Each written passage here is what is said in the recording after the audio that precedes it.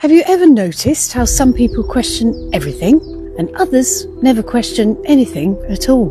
Same world, same information, completely different reactions. And it's not about intelligence, because plenty of intelligent people still don't see it. So what is it? Because once you start questioning things, you don't just question one thing, you start questioning everything. And that changes how you see the world.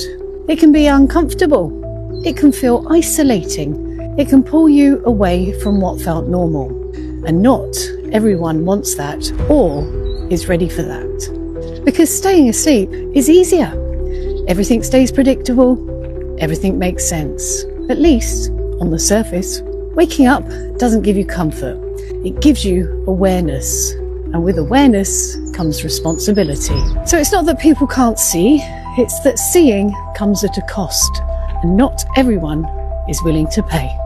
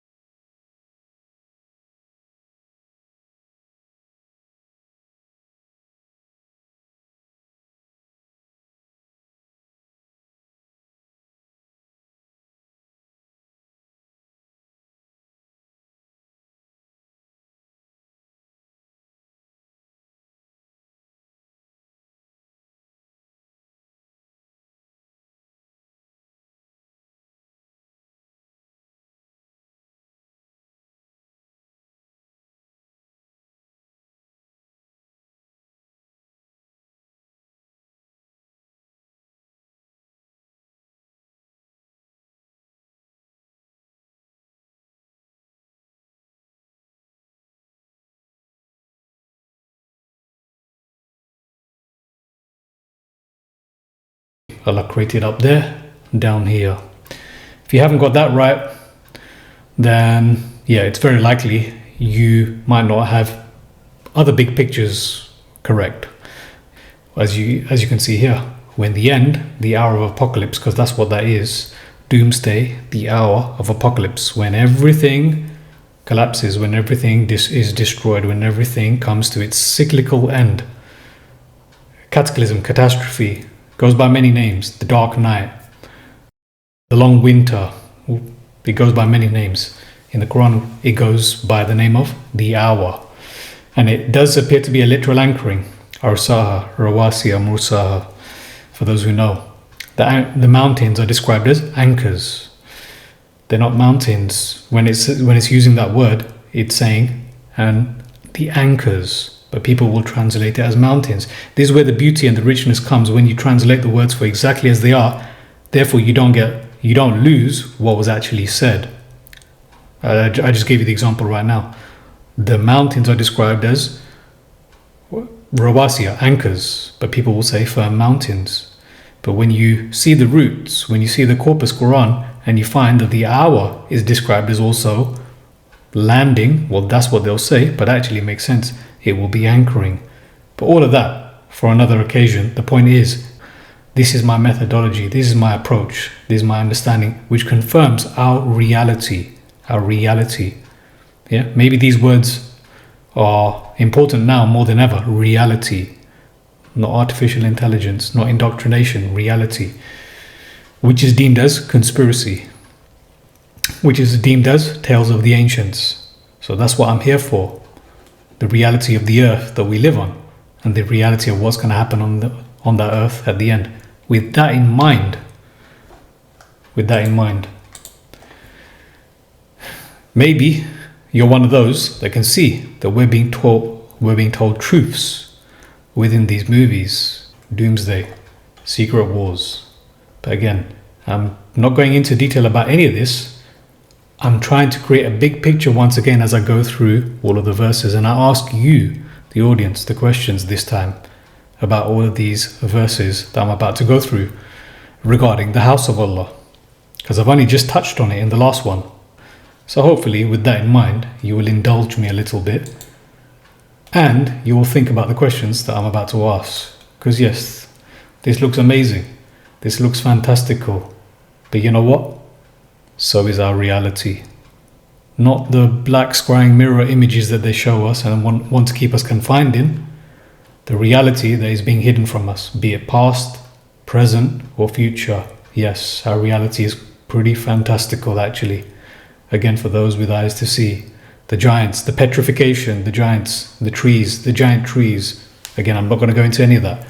It's this kind of mindset in mind, getting to the bottom of the matter, getting to the root of what matters most. So has anyone actually even thought, what is Allah actually saying here? Insha'Allah, Aminin. You will enter Masjid al-Haram. You will enter al-Masjid al-Haram. Insha'Allah, Aminin. Has anyone thought of that? And has anyone thought how that exact same phrase is used elsewhere when Yusuf alayhi salam is telling his parents, enter, Insha'Allah, enter Misr, Insha'Allah, Aminin. Has anyone thought of the possibility that these places that are described in the Quran actually are not the renamed places that are given to us today, but are actually the original places, the ancient places, ancient Egypt, ancient Misr, ancient Darus Salam, ancient Israel, but what we have today are fakes, replications, relabeled places that aren't actually real. Has anyone considered that? Because this is what Yusuf said to his parents, enter, Insha'Allah, Aminin, enter Misr. And this is the same phrase used for entering Al-Masjid al-Haram. You will enter. The vision was given to the messenger, you will enter, Insha'Allah, Aminin. So with all of that in mind, let me get straight to the beginning of the Quran. Surah Al-Baqarah. First mention of Bani Israel after the fall of Adam. After the fall of Adam alayhi salam. Where was this? Has anyone thought about this? Has anyone thought even actually how closely it's connected? Where this was on this earth, yes. Where this was, this fall Where is this exactly? And how we have the mentioning of Bani Israel straight away here as well. Ya Bani Israel. Why? Why were they favored? Ya Bani Israel. Remember my favor. What was this favor? What was this blessing? This all makes way more sense to me now. Something special took place. What was this blessing? Remember my favor, wherewith I favored you. People have probably always found this strange, how what we see today as being the worst people, how Allah can describe them as being favored and preferred. We'll keep that in mind, because I'm about to go through things that hopefully will shine some more light in understanding what seems to be quite contradictory. Ya Bani Israel, remember my favor wherewith I favored you, and fulfill the covenant with me, and I will fulfill the covenant with you. And me, be you farhabun, have rahaba. This is some kind of fear. It's not exactly fear. It's not a khawf, but it's synonymous. Some kind of terrifying awe, possibly. I can't remember exactly. Farhabun. But yeah, most people will translate it as fear. But again, this is where the gems are found, in the distinction between these words. You can't say khawf means fear and this one means fear. This is where the beauty is found, in the distinction. If Allah said a different word, it means a different thing. So why did Allah favor them? What was this promise, this covenant that was made with them? How is it that Allah favored them, and what was therefore the promise, this oath, or this, as it says, covenant, ahad? By your covenant, what is this that took place? What is this that Allah favored them? For those who are familiar with the story, as I went through in the Al-Aqsa video, you'll remember that they were saved, right? They were saved from a cataclysmic event, and not wear the truth, not dress the truth. So I won't be reading every single detail, but if you look at this bit here, وَلَا تَلْبِسُوا الْحَقِّ. A lot of people would translate that weakly as don't mix the truth. Although that is the right meaning, but the translations give a very different, more powerful image and effect. وَلَا تَلْبِسُوا. Do not dress, wear, clothe. Clothe is pretty good. Do not dress, wear, clothe the truth. Do not dress it with falsehood. And وَأَقِيمُوا الصَّلَاةَ. Uphold the way you uphold a wall. Yes, the way you uphold the shahada for Allah. For those who aren't familiar, yes, وَأَقِيمُوا الشَّهَادَةَ لِلَّهِ. Uphold the shahada for Allah. Nowhere else is the shahadatain found. وَأَقِيمُوا الصَّلَاةَ وَآتُوا الزَّكَاةَ. And yes, uphold the duty, as Brother Sam Grant said, uphold the service. Yeah. If you look at how Musallin is described in the Quran, it makes absolute sense. It's all service. Service to the orphans, service to the needy, to the women, the children, the beggar, the poor. You'll see the description of the Musallin. You'll understand consistently throughout the Quran, this salat is mentioned alongside doing things, service, acts. We are victims to a large extent. I think it's time to accept that. We are victims to a large extent in being shackled from our abilities in actually doing things that matter. This is why we're at the end of a cycle. We are far away from what we were designed to do. Again, I'm not going to go into that for those who are familiar with the endless list of things that are collapsing today. Endless list of what used to be good is disappearing today. I'm not here for that. But it's at least a confirmation that we've fallen far away from what it was meant to be when this Quran came. It's all about service. It's all about deeds. It's all about good acts. And you can see how people get brainwashed and people fall into line into doing meaningless things. I'm not denying prayers again. So anyway, I want to emphasize that. Keep up your prayers. More than anything, keep up your conversation with Allah. Isn't that more important than any ritual? Isn't that more important? Your conversation with Allah. I'm reminded of what Dr. Omar Zaid used to say, and he was right. Conversation, your walk with Allah, your walk. You're walking, you're speaking with Allah. But maybe we can't have that or maybe we struggle because we're still tied to things. We're still tied to falsehood. So keep up. Wa'aqimu, uphold. How you uphold a wall. Yes. Uphold this service to Allah and bring all of the light, the spiritual purification, the light to the world, whatever you want to, as he says there, the render the purity. This zakat is enlightenment. You're supposed to get it and bring it to the world. That's what you're supposed to do. Do the good deeds and bring the light to the world. Spiritual growth.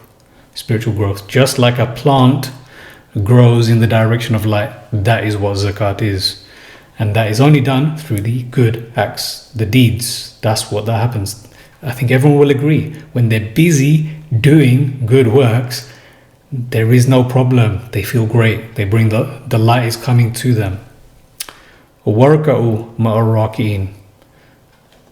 Bend the knee with those that bend the knee, because that's what it is. Like a soldier, like a warrior, what we have. These tales, what we see. People offer their service. Here is my sword. Here is my life.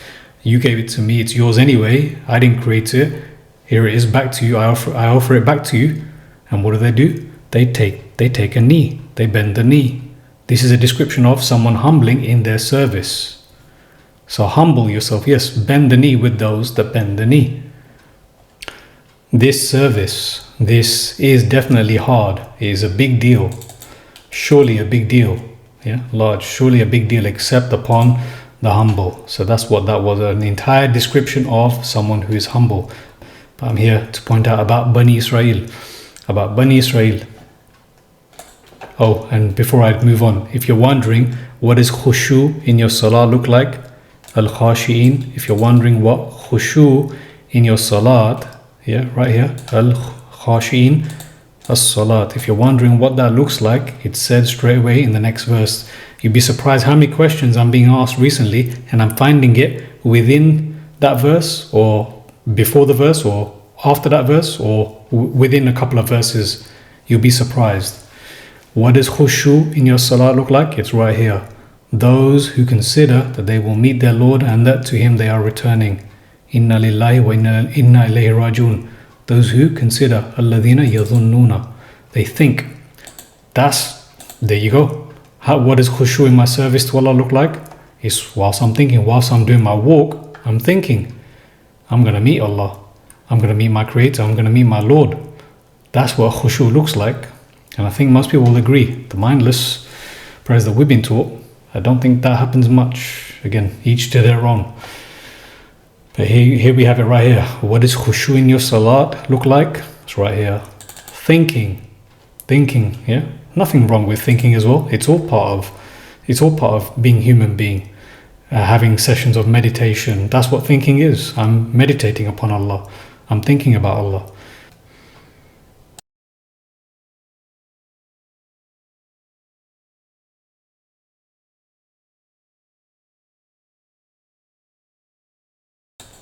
Right, so we have it here. Ya Bani Israel, remember my favor wherewith I favored you, and that I preferred you above all of... Come on, I'm going to focus on some of this because it's really important that we focus on this. Just like I said, focus on this. Insha'Allah aminin. It's not trivial, these words. Same thing here.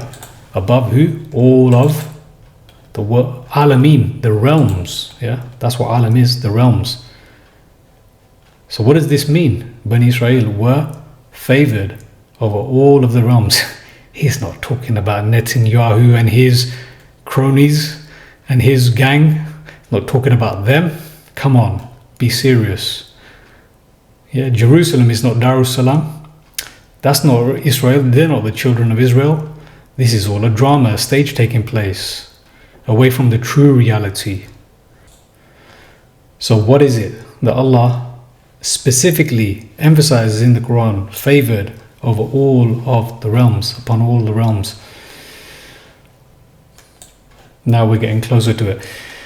وَإِذْ نَجَّيْنَاكُمْ مِنْ آلِ فِرْعَوْنَ يَسُومُونَكُمْ سُوءَ الْعَذَابِ يُذَبِّحُونَ أَبْنَاءَكُمْ وَيَسْتَحْيُونَ نِسَاءَكُمْ وَفِي ذَلِكُمْ بَلَاءٌ مِّن رَبِّكُمْ عَظِيمٌ. And when we delivered you from the house Ali Fir'aun, they were afflicting you with an evil punishment, slaughtering your sons and sparing your women, and in that was a great trial from your Lord. So they were saved. They were saved. They were not just favored. Yeah, or maybe this is actually how they were favored. They were saved. This is the favor that they were given. I think, yes, quite possibly, this is actually what Allah is talking about. This is the favor that they were given. They were saved from the punishment of Pharaoh.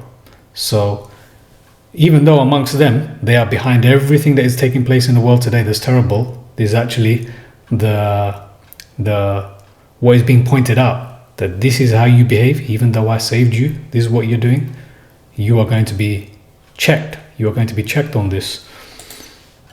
And when we divided for you the sea, now this is not some ordinary sea and not what we've been taught in the movies.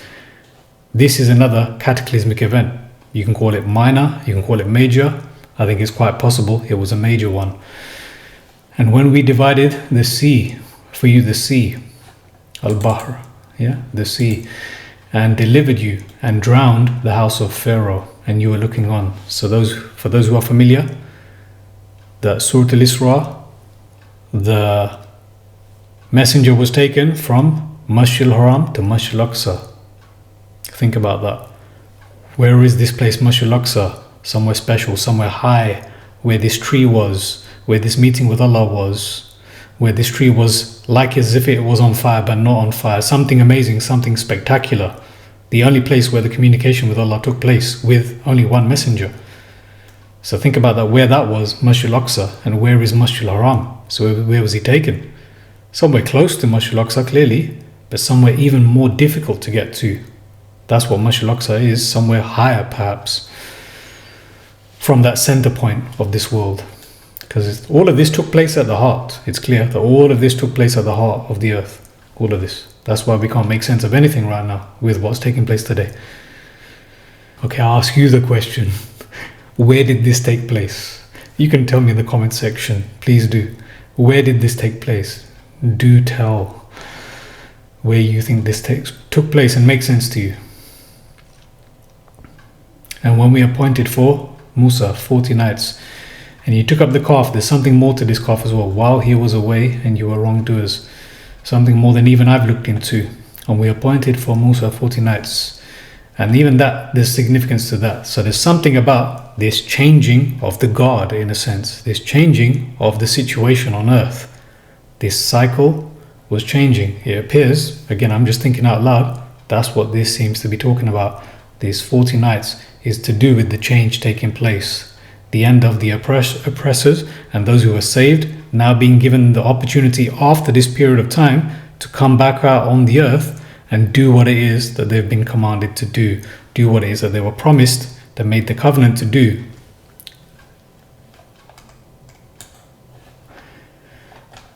Then we pardoned you after that you might be grateful. And when we gave Musa the book and the Furqan, the Kitab and the Furqan, that you might be guided. And when Musa said to his people, "O my people, you have oppressed yourselves, yes, by taking up the calf." So that seems to be some kind of symbol. It's more than just pure paganistic worship. There's something more to that. So turn to your Creator. Turn to your Creator, Bari'ikum. Turn to your Creator, Bari'ikum, and kill yourselves. Again, I think it is kill, but it's not a literal kill. Kill your nafs, kill your souls, yeah. That is best for you in the sight of your Creator. Then he turned towards you. He is the accepting of repentance. Innahu huwa at-tawwabur rahim. Right, now here is the interesting bit. And when you said, "O Musa, we will not believe thee until we see Allah openly. And the thunderbolt took you," and you were looking on. Whilst you were looking on, the thunderbolt took you. As-sa'iqa. Does anyone understand about this thunderbolt? It's a real one. It's a real thunderbolt that took them. This thunderbolt that took those who were saved with Musa. The thunderbolt took them. Because Allah says next, how do we know it took them? How do we know it's real? Because Allah says in the next verse, "Then we raised you up after your death, that you might be grateful." Can we now understand that this was the end of an oppressive cycle in which these people that were saved were given an opportunity? They were knocked unconscious, dead. and then they were revived. They were given an opportunity to come back out. Wherever this place was that they were taken to, I think we can agree, some kind of safe haven. Wherever they were taken to, everything else seemed to have been destroyed, or you can argue that it was only a certain section. But I'm of the opinion that this was quite a major cataclysmic event, because these people were then given a second life to then dictate upon the rest. We don't know exactly who lived on the earth or how many people lived on the earth. We don't know. But it seems like that this was a cataclysmic event. I think we can argue major or minor, but these people were given a second life. That much is clear. A thunderbolt took them and they were given a second life. Then we raise you up. ثُمَّ بَعْثْنَاكُمْ يَوْمُ الْبَعْثِ, day of resurrection. ثُمَّ بَعْثْنَاكُمْ مِنْ بَعْدِ مَوْتِكُمْ, maut, لَعَلَّكُمْ تَشْكُرُونَ, that you might be grateful. And I'll skip forward. All of this makes more sense to me now when Allah says, enter in sujood, enter. وَإِذْ قُلْنَا دُخُلُوا هَذِهِ الْقَرْيَةَ, enter this, whatever qarya is exactly, village it says here, city here, whatever it is exactly, enter this area and enter this door, al-bab, وَدْخُلُوا الْبَاب سُجْدًا, enter in loyalty, enter in allegiance. It makes sense. This is back to the covenant. It's got nothing to do with prostration. It's back to the covenant, the promise that was made. Going to give you another chance. This is the covenant that you've made. Enter the door in loyalty, in allegiance. وَقُولُوا هِتَّةٌ نَغْفِرْ لَكُمْ خَطَايَاكُمْ وَسَنَزِيدُ الْمُحْسِنِينَ. And then skipping forward again. And when we took your agreement. So the other one was a covenant. Well, that was another word, but it's talking about the same thing. Two words are being translated as covenant, but we can see what it is. It's another description of the same promise. And when we took your agreement, well, he says agreement, not covenant. Maybe mithaq is an agreement. The other one, ahad, is a covenant. And when we took your mithaq and raised, what is this? وَرَفَعْنَا فَوْقَكُمُ الطُّورِ. What is this? And raised. What does this mean? Raised, tur, tower. A tower was clearly raised. Turi Sinin, right? For those who've got eyes to see, this is talking about Turi Sinin. What Turi Sinin? Wa hadhal baladil amin. Turi Sinin. Hadhal baladil amin. This is the secure country. Back to this. Hadhal baladil amin. Inshallah, aminin. Secure, right? Turi Sinin wa hadhal baladil amin. The secure country. And what do you think about this? When Allah says, be despised ape, kunu. Some people will say, be despised like apes. No, literally. We don't know what exists on this earth. We don't know what exists underneath this earth. We don't know what exists outside the bounds of what we've been restricted upon. We don't know what's happened to people in the past. We don't know if Planet of the Apes is even real. So yes, I will say this. Again, it's up to you.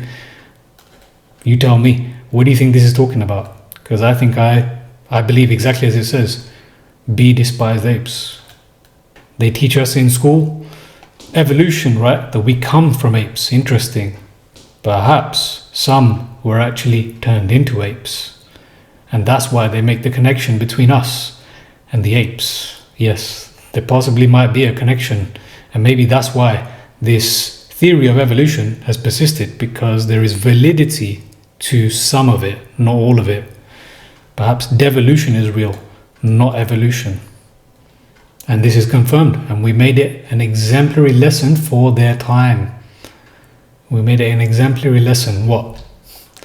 To become like apes or to become apes? What would be the lesson for people to see? Look what happened to these people who did terrible things. Look at the punishment. Look what they were turned into. But back to that thunderbolt, because this is all relevant for me in this recording, in this session. This is all relevant to the house of Allah. This is all relevant to the house of Allah, which is clearly described in the Quran as a place of security, as a place of being free from fear and hunger, which I'm about to come to. But I want to give all of this background. What do people think? What do people believe? Have people looked at this? Have people thought about this? Where did this take place? If you already agree that Darus Salam means city of peace or home of peace, and that is not, Jerusalem is not a place of peace, and actually it's confirmed in the Quran. Allah says, Barakna hawlahu, bless the surroundings. That place is not surrounded with blessings. But it should be clear that we are shown all fabrications of the reality, of the greater reality, smaller, soulless, dark versions of the absolute, ultimate, bright realities. Just like it was regarding how this Quran came. We're taught they came from a cave, from a dark cave, in which, again, I don't want to speak about it, but when we read the Quran, we're taught about this beautiful experience in the highest horizon. Not just beautiful, something awesome, something awe-striking. That's what I'm trying to get across here. The fantastical is real. Just because it's hidden from us today, and we're living in a time of, something else, something truly fake. Truly fake. I'm sure a lot of people will agree with that. We live really fake lives, fake times, fake everything. Yeah, fake everything. Fake money, fake everything.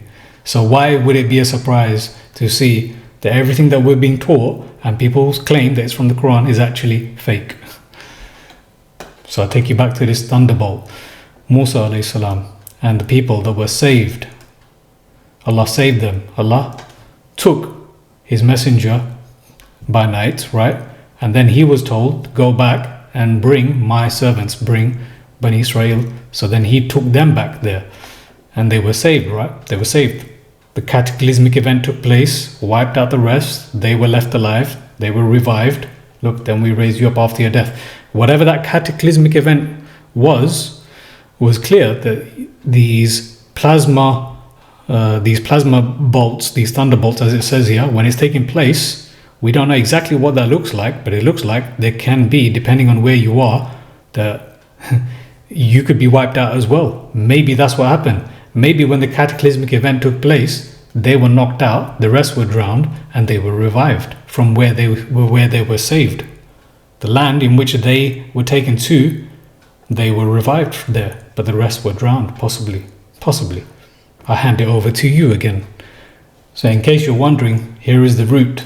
Thunderbolt, sa'iqa, 11 times.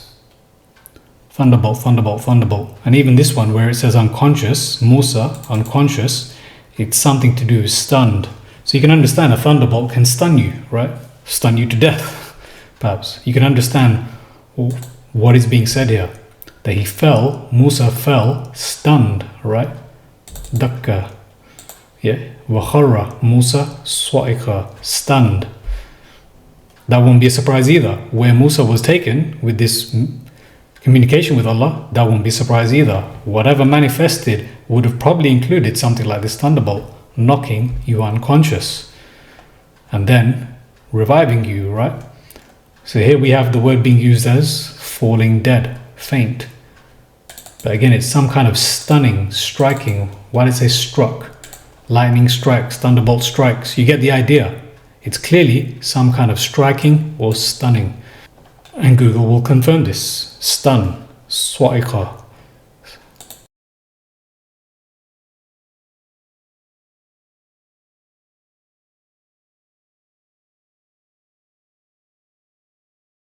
So I ask you, what is this exactly? These people that were struck by a thunderbolt and then they were given a second life. They were revived again. That's a second life. Don't believe that? Just wait, I'm coming to another verse. So this surah, Al-Fajr, by the dawn and the 10 nights, I understand this very differently now. Again, once you let go of the programming, you can see things much clearer. When we think of Fajr, we are restricted to Salatul Fajr, and therefore we think of every day's dawn. But for me, I do see this as something bigger now. Again, I leave it to you guys. What do you think? Surah Al-Fajr. Walayalin Ashr. This looks like a period again of the end and the beginning of a new cycle. This looks like, again, you guys be the judge. But this looks like to me the dawn of a new era. وَلَيَالٍ عَشْرٍ وَالشَّفْعِ وَالْوَتْرِ وَاللَّيْلِ إِذَا يَسْرِ. Now this one's interesting. Is there not an oath for one of قَسَمٌ لِذِي هِجْرٍ? Is there not an oath in what? هَلْ فِي. Is there not in that an oath for the ones petrified? Possibly. For الذي, for this hijr. What is this? If you look at hijr, the word hijr, yes, I remember looking at this. This could be to do with petrification. Yes, those who were stoned. Again, for those who've seen the real history, the real biogeology, the evidence out there in the world, people were petrified. We've got evidence of this. That's why Allah says, have you not traveled through the earth to see what was the end of the former people? As one person said brilliantly in the comments, Allah doesn't say to do these rituals. Allah says to do, for example, to travel the earth and see what was the end of these people. That's one thing to do as well. It's not just good deeds, it's to ponder over creation, think about Allah, have a look around, dig into things like I am here. هَلْ فِي ذَلِكَ قَسْمٌ الَّذِي هِجْرٌ. What is this oath? Yes, this looks like, yeah, for me this confirms. This very well could be, this hijr could be about petrification. التحجر. This word is connected to petrification. As you can see here, quarantine, stone, petrify, right here. So it's there, possibly. Look, fossilize, harden, when things are stoned, you get the idea. This really existed.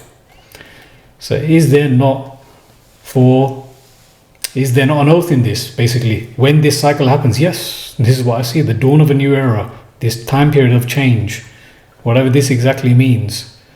I think we get lost in the details, and I'm going to try to stay on the big picture. It looks like to me that this is talking about the end of a cycle and the dawn of a new era. Is there not an oath for these ones that were petrified?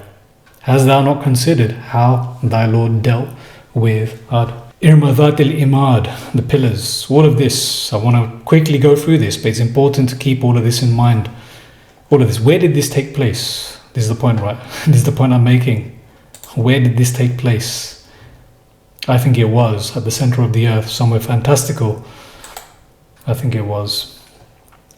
All of this, these cycles. And it seems like that when these cycles occur, that the only safe haven is at that center, but it's only when Allah makes it available. And it seems like to me today that that's why they are moving on to Greenland, because they're preparing everything that they're doing, these people in charge. Everything is a distraction to us. It's a chess game. We're always catching up, and we're always many steps behind. Many steps behind them in this chess game that they're playing. Well, they're playing a chess game with the Creator, and Allah confirms this, so I'm not saying anything untoward. Yes, there is a chess game being played between these guys as well as Allah. That's why Allah says that the ultimate scheme, the ultimate plan, plot, conspiracy is with Allah. I'd like to go through everything about them, the moon, the eye in the sky, everything that's been hijacked to make it look like Dajjalic, satanic, but actually it's all divine. It's all part of the divine creation, which they know about because they have secret knowledge. Why would they know and us, the peasants, not know? Because these were the people who were given a second life. A second life. What does that give you? Gives you wisdom, knowledge, technology, advanced information that makes you powerful. And the likes of which had never been created. What is this? Something amazing. See? Irmadhat al-Imad. And actually, yes, there is a lot of truth within even Islamic traditional history, possibly even within the Hadith. They will confirm, yes, giants existed. Yes, we've heard stories about this, about Irmadhat al-Imad. Yes, we know about this. The like of which had never been created in the land. See? Fantastical. Amazing. And Thamud, who hollowed the rocks in the valley. Underground bunkers, anyone? The valley. The rocks, yeah? Jabu. They brought rocks in the valley here. Is that what that means? Well, if that's what that means, then that sounds like those trying to save themselves, preserve themselves from the punishment of Allah, or the end.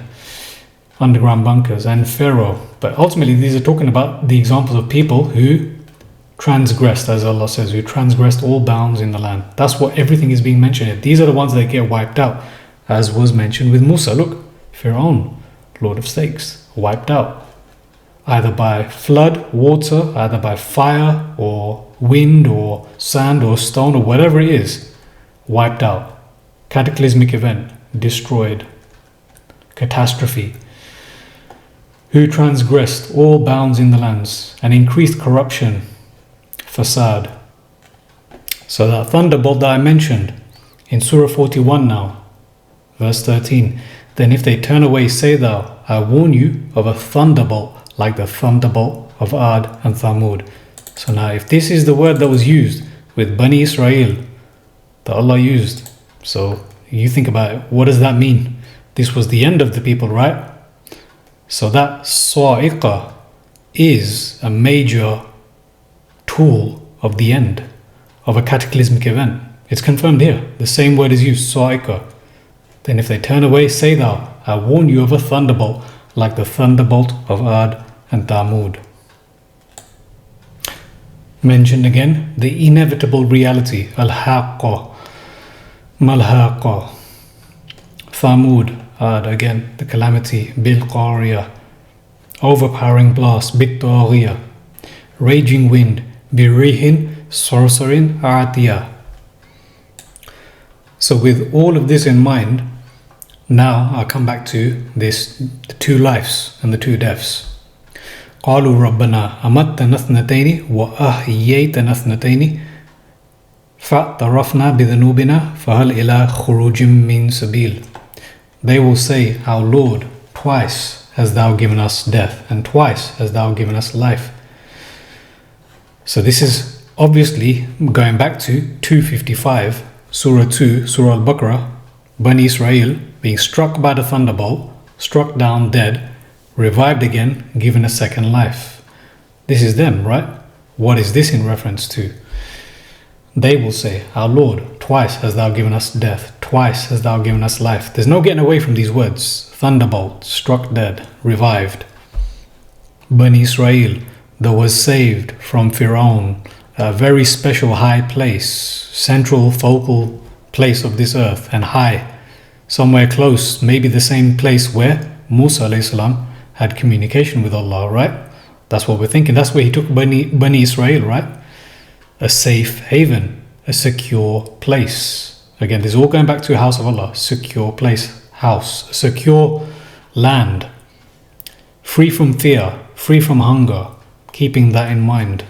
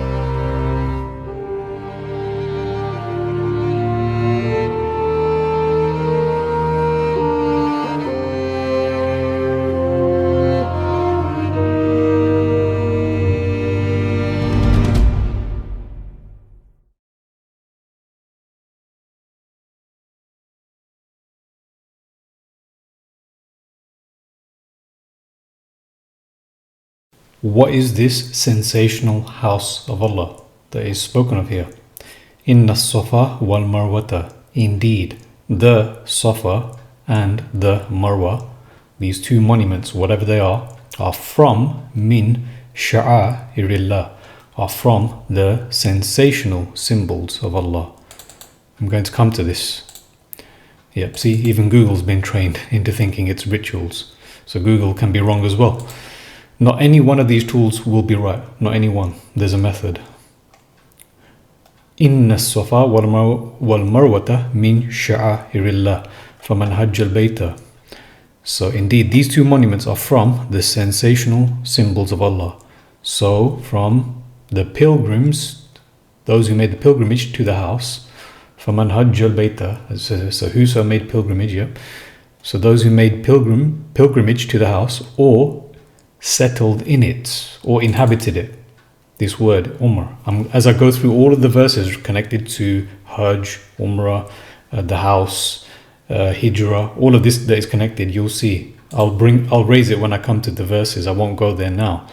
But all of them, this Umrah, yeah, to do with some kind of long life inhabitation settlement. It's somewhere along these lines. Bayt al-Ma'mur, the inhabited house, yeah. This as well, what is being said? Those who make the journey or inhabit it, essentially. Those who make the journey or settle in it or settle there. Yeah. What happens to these people? This is how the language goes. Yeah. We don't need to get obsessed with ands and ors unless it's very clear to us exactly what is being said. For those who know how literature goes today, you'll understand that people don't obsess about ands and ors. It can be a further description talking about the same thing. So those who make this pilgrimage or inhabit it to this house, yeah, al-bayt, fala junah, they have nothing wrong on them. Yeah, they are purified somehow. Fala junah alayhi, they have no deviation upon them. This is some kind of purification. And if I came to you and said the same thing, then what would your explanation be as a doctor? I'd call it an hallucination. Result of dehydration, post-traumatic stress, not getting more than 2 hours of sleep a night for the past week, all the above. All right, then you're hallucinating. Well, what if you're not? Then we're all in a lot of trouble.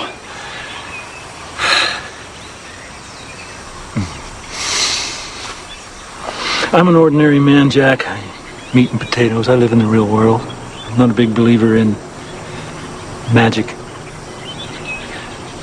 But this place is different. It's special. The others don't want to talk about it because it scares them. But we all know it. We all feel it. Is your white rabbit a hallucination? Probably. But what if everything that happened here happened for a reason? What if this person that you're chasing is really here? That's impossible. Even if it is, let's say it's not.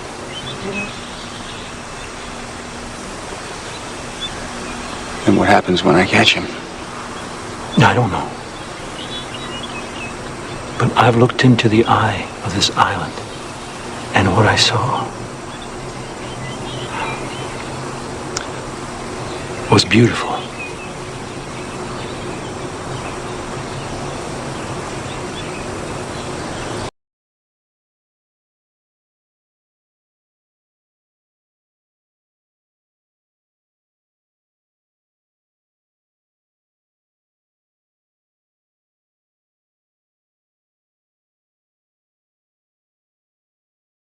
Going through the back of the Quran, back towards the beginning. Al-Bayt, the house. This is a special house, no ordinary house. Whose house? It's clear. The Rabb's house. فَلْيَعْبُدُوا رَبَّ هَذَا الْبَيْتِ الَّذِي أَطْعَمَهُم مِّن جُوعٍ وَآمَنَهُم مِّن خَوْفٍ. A place where you are safe from fear. Khawf. You are safe from fear. Khawf. And you are fed against hunger. أَطْعَمَهُم مِّن جُوعٍ. You are fed from starvation, essentially. So this is no ordinary place. This is a very special place where those two are no longer a problem. You are no longer afraid. You are no longer concerned about being fed. This is a special place where you will be fed and you will feel secure. Wa amanum balad al-amin. You will enter Masjid al-Haram, inshallah, aminin. Iman, balad al-amin. Hopefully this is clear that this is all about safety and security. So this isn't any ordinary house that you can just visit on a regular basis. Hopefully that is clear. And it seems that this winter and summer is no ordinary winter and summer either. That this is something, it seems to be pointing towards the end of something maybe bad and the beginning of something good.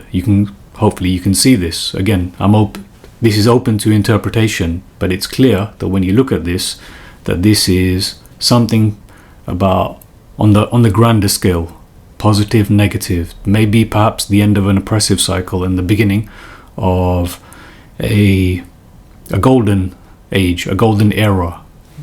Yeah, because that's how we see summer. When winter passes and summer comes, it seems like a golden age, right?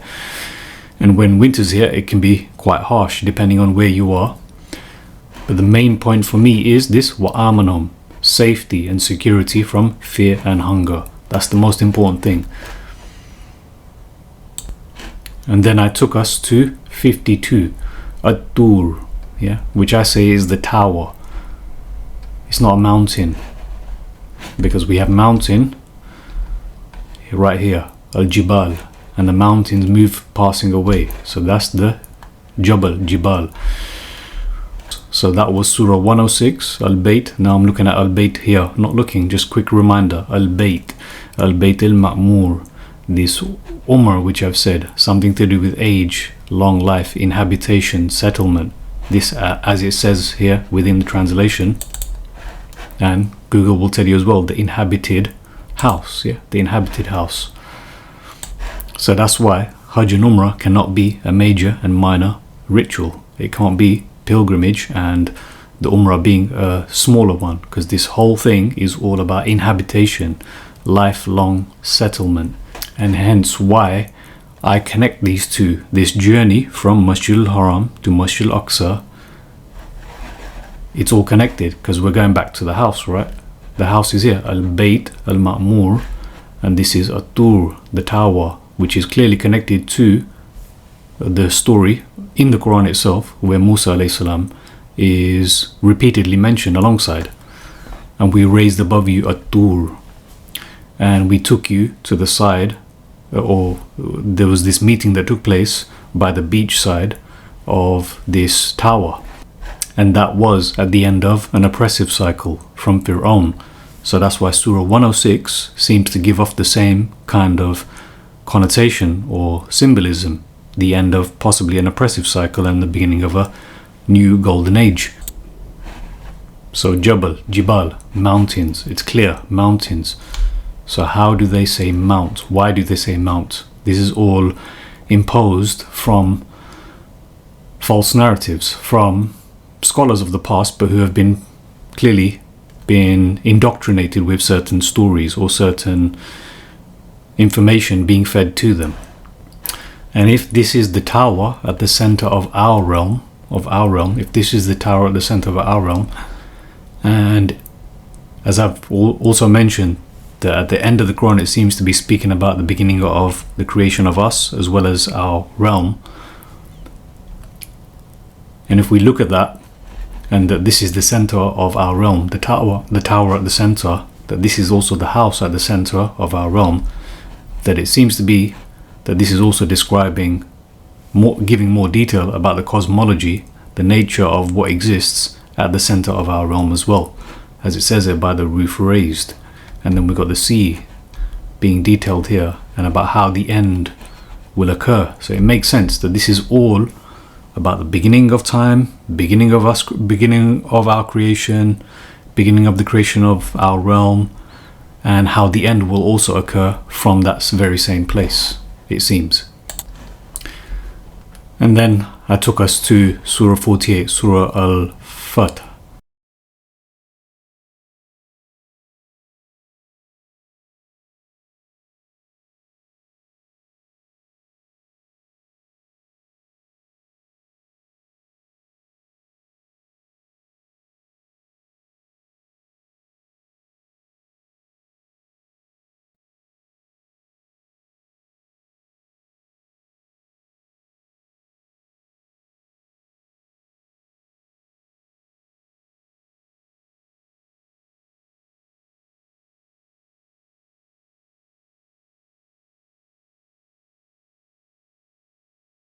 room.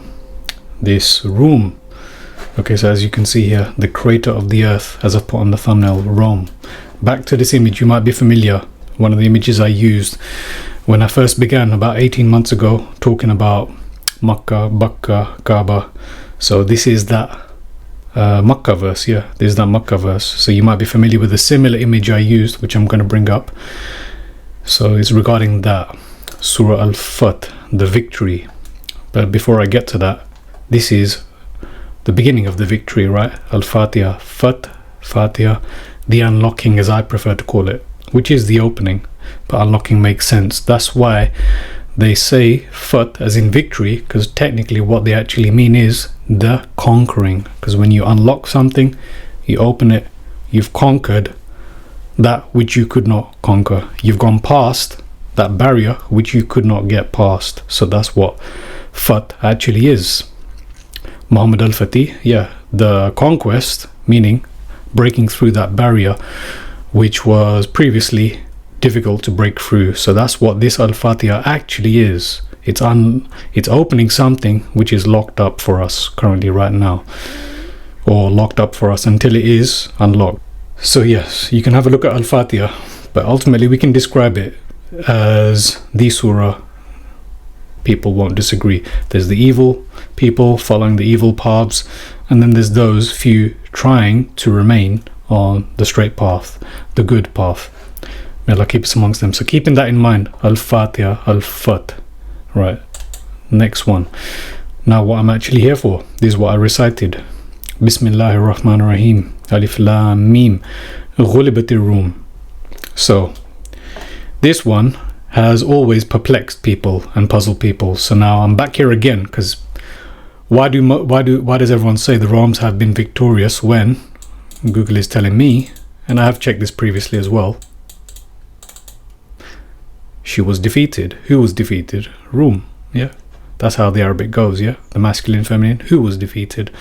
Rome was defeated. So why does everyone say victorious? Immediately we have a problem with what people claim to be consensual history. Again, I'm not dwelling on anything for too long, just pointing out. Okay, so let me read this bit from Brother Sam Karen's commentary.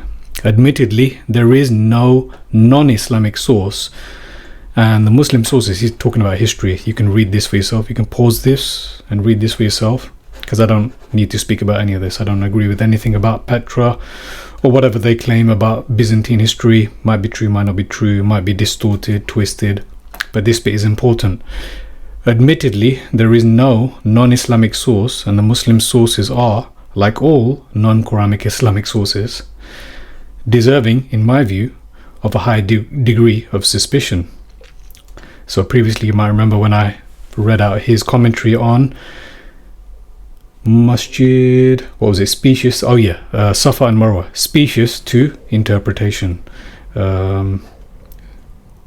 susceptible to interpretation. Yeah, so that's what he's saying here, deserving, in my view, of a high degree of suspicion. The traditionalist has the Romans losing to and then defeating the Persians.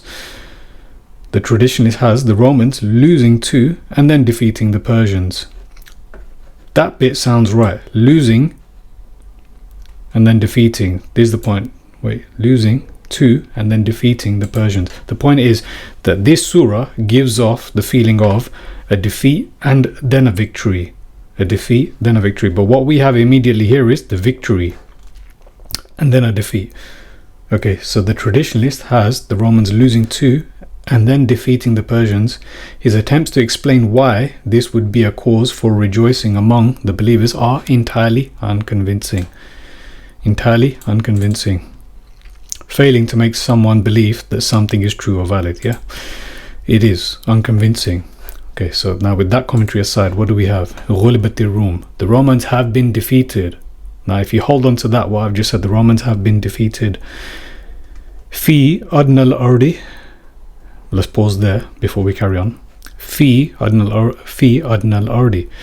Now we live in al-hayat ad-dunya. Now for those who know, and I've said this numerous times, but for those who are new, dunya is the lowest realm. Yeah, the life of the lowest realm. That's what it literally means. Dunya.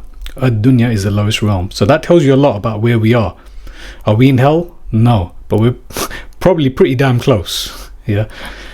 في أدنى الأرض وهم من بعد غلبهم سيغلبون. In the lowest earth. Now, the first thing that came to my mind as I recited it this morning was crater earth, the crater of the earth. So hold on to that for a moment. The crater of the earth, yeah? As it says here, the crater of the earth. So let's start again. This is about the Romans, yeah? This is about the unlocking, the victory, right? As I've said, Fatiha is the unlocking, the conquest, the victory. We're done with Al-Fatiha. Surah Rum, Surah 30. The Romans have been defeated. Where? In, now I'm going to say the crater earth. But you can take that as it says here correctly. Well done, Brother Sam Gerrans. It is the lowest earth. I don't mean that in any kind of I'm not trying to be derogative in any kind of way. But yes, well done for sticking to exactly what the word does so we can understand what is being said in the lowest earth. What does that mean?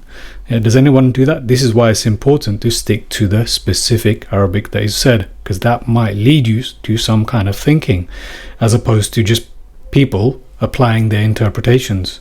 It is the lowest earth, but I'm actually now saying it's crater earth. Bear with me. In the lowest earth. What does he say about that?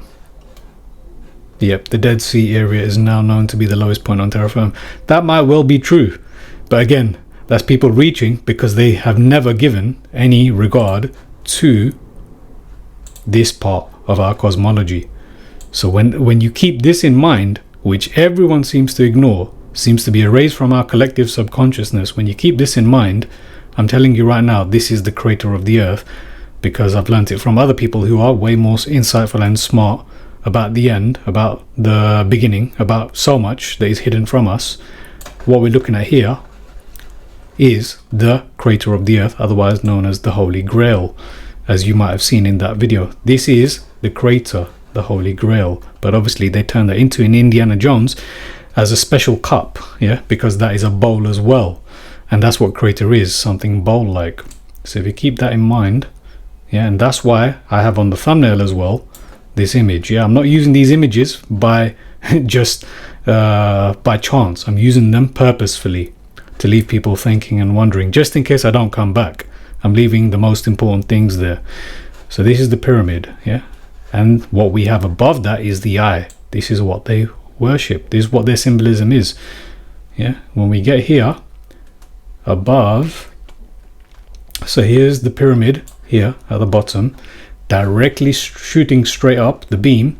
Now I thought this was the pole. When they talk about the pole, I thought this was the pole, but actually what is the case is that we have a pole here somewhere, which I'm going to bring up the image, and a pole here. So that's the anode and the cathode, which I think is Safa and Marwa. But again, I'm trying to stay on point about Surah Rum. This is the anode or cathode. These are the two poles, and it's the electricity, because we do live in an electric universe. We are all electric. The earth is electric. So this anode and cathode island, the electricity that passes through this pole, I'm going to show you on the map as well. It's been erased somewhat, so it kind of misleads people. The writing has been almost erased. That's what we have. So we have the positive and the negative, and because of that electricity that passes through this beam across the earth, yeah, across the earth, across this crater, across the Holy Grail of the earth, that's why this is created. What we have here, what is called Rupus Nigra, is created due to the electricity that goes through this part of the earth, and that's the resulting point in the middle of this beam. From the positive to the negative, this is what is created naturally through this electricity forming from the earth. This volcano is right here. Now above this volcano, so I actually think this is Masjid al-Haram, and this is where Masjid al-Aqsa is accessed. If this is not Masjid al-Aqsa, this is where it's accessed, traveling from here, a portal from here going straight up to what they call the eye being a porthole. Now another thing I want to bring up here very quickly is that this magnet, they say that this is also within the meaning of this lodestone itself is journey, yeah. So let me read some of this. The lodestone, yeah, when they talk about the Kaaba that they've given us, and it's all just flatters to deceive, right? It's nothing really. It's giving us it's a magician once again, misleading us from the reality and giving us some semblance of truth. Here is the real truth, the magnet, yeah, that we are supposed to be directed towards and magnetized towards, which we are. Our fitra is magnetized towards this piece, this mineral magnetite. They are naturally occurring magnets. See, naturally occurring. Why? Because there's electricity being passed through these poles, which can attract iron. The property of magnesium was first discovered in antiquity through lodestones. Pieces of lodestone suspended so they could turn were the first magnetic compasses, and their importance to early navigation is indicated by the name lodestone, which in Middle English means course stone or leading stone, from the now obsolete meaning of load as journey. Think of hijra, think of hajj, pilgrimage, as I've been alluding to. Hajj is your pilgrimage, synonymous to hijra, which is your emigration, your journey. There's many words used in the Quran talking about a person en route to Allah, both symbolically as well as literally. So keeping that in mind, just wanted to bring that up. Yeah, this whole thing is all about, as it says here, your way, your journey. So you can read more on that. But this beam now, so this light that emits from there, this is what they worship as the eye, or this is what we see as the eye on top of the pyramid, otherwise also known as planet Nibiru. When people are speaking about what people have seen in the past or are expecting to see, this is apparently planet Nibiru, or what they think is a planet, but it's not a planet. Just like we're taught that these stars in the skies, they claim them all to be other spherical balls, right? Anyway, so this is what we're looking at. So keeping all of that in mind, and back to this, the lowest earth. Let me read some of that. So back to this. The Romans have been defeated. Where? In the lowest earth. But they, after the defeat, see, look, where does the defeat come from? It's right here. Here it is again. They were defeated. The Romans have been defeated where? In the lowest earth. But after their defeat, doesn't that make sense? But after their defeat, there's good news. They're going to be victorious. So it is possible that we've been taught lies about, just like it is becoming clear to me, Misr, yes, possibly Mars.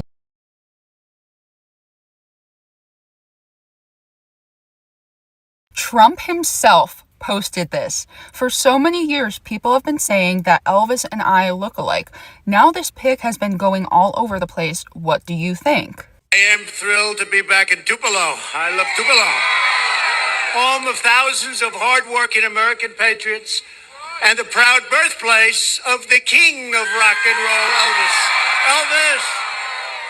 King of rock and roll, Elvis. Elvis!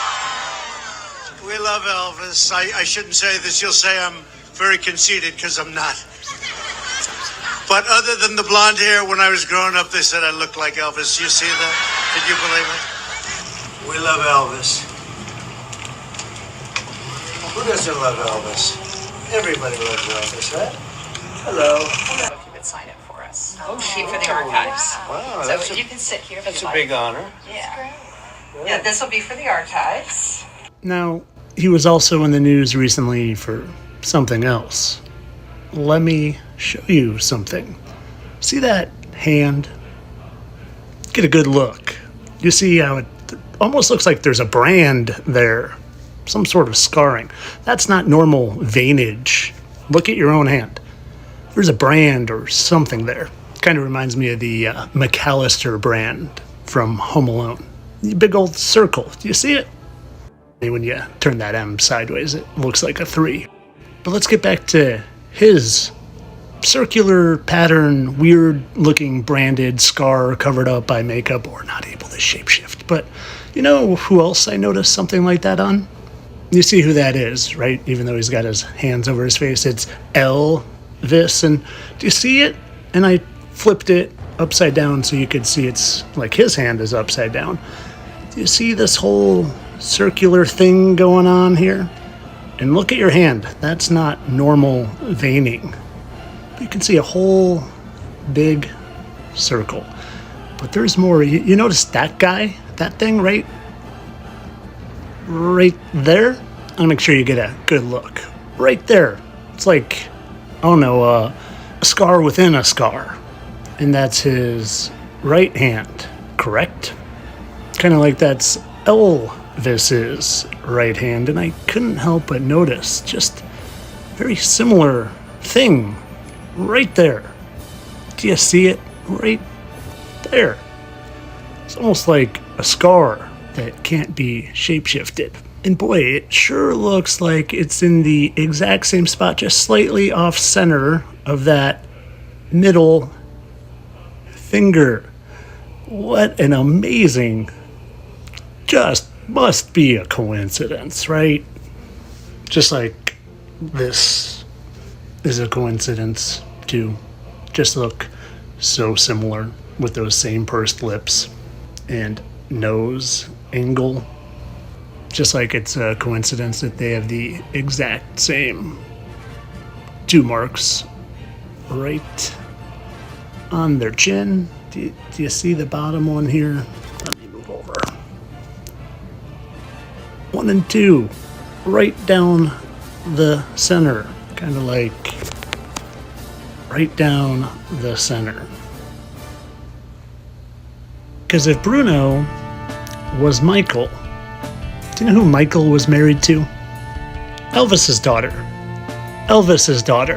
And I couldn't help but notice how much Elvis looked an awful lot like this statue of Mars, the Roman god Mars, and his daughter is married to Bruno Mars. But there's more. Because if Michael can fake his death and come back as someone else, don't you think maybe Elvis can? And if you've seen my videos, I've proven it over and over again. Now, hold on. If Elvis is Abaddon, but also Mars, which we all know is associated with the color red, and we know this guy's affinity for red, but there's more, because they always tell us. They always tell us. And they are not who you think they are. They've been here since the dawn of Earth. That's a 3,000-year-old statue. That's multi-millennia-year-old statue. As is that. And that's the original Statue of Liberty face. And I'm just a satire account here for your entertainment purposes. I don't really think there are fallen angels here in Earth with us, deceiving us in every way possible, convincing you to worship them instead of the Most High. No, that's ridiculous stuff. Stuff of legend and fantasy, people. Entertainment only.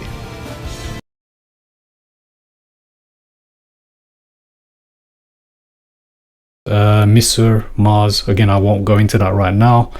Martians, Egyptians, their obsession with all of that, I'll have to leave that right now as well.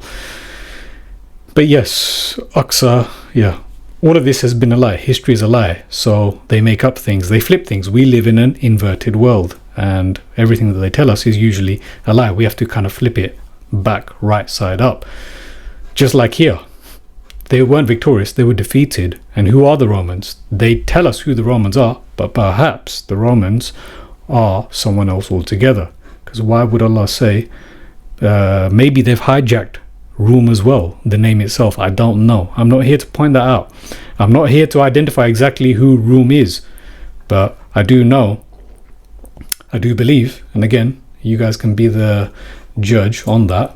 I do believe that, yeah, these areas are where the original ancient people are actually from. Everything that we have on Earth. So maybe ancient Egypt originally here, ancient Rome here, something like this.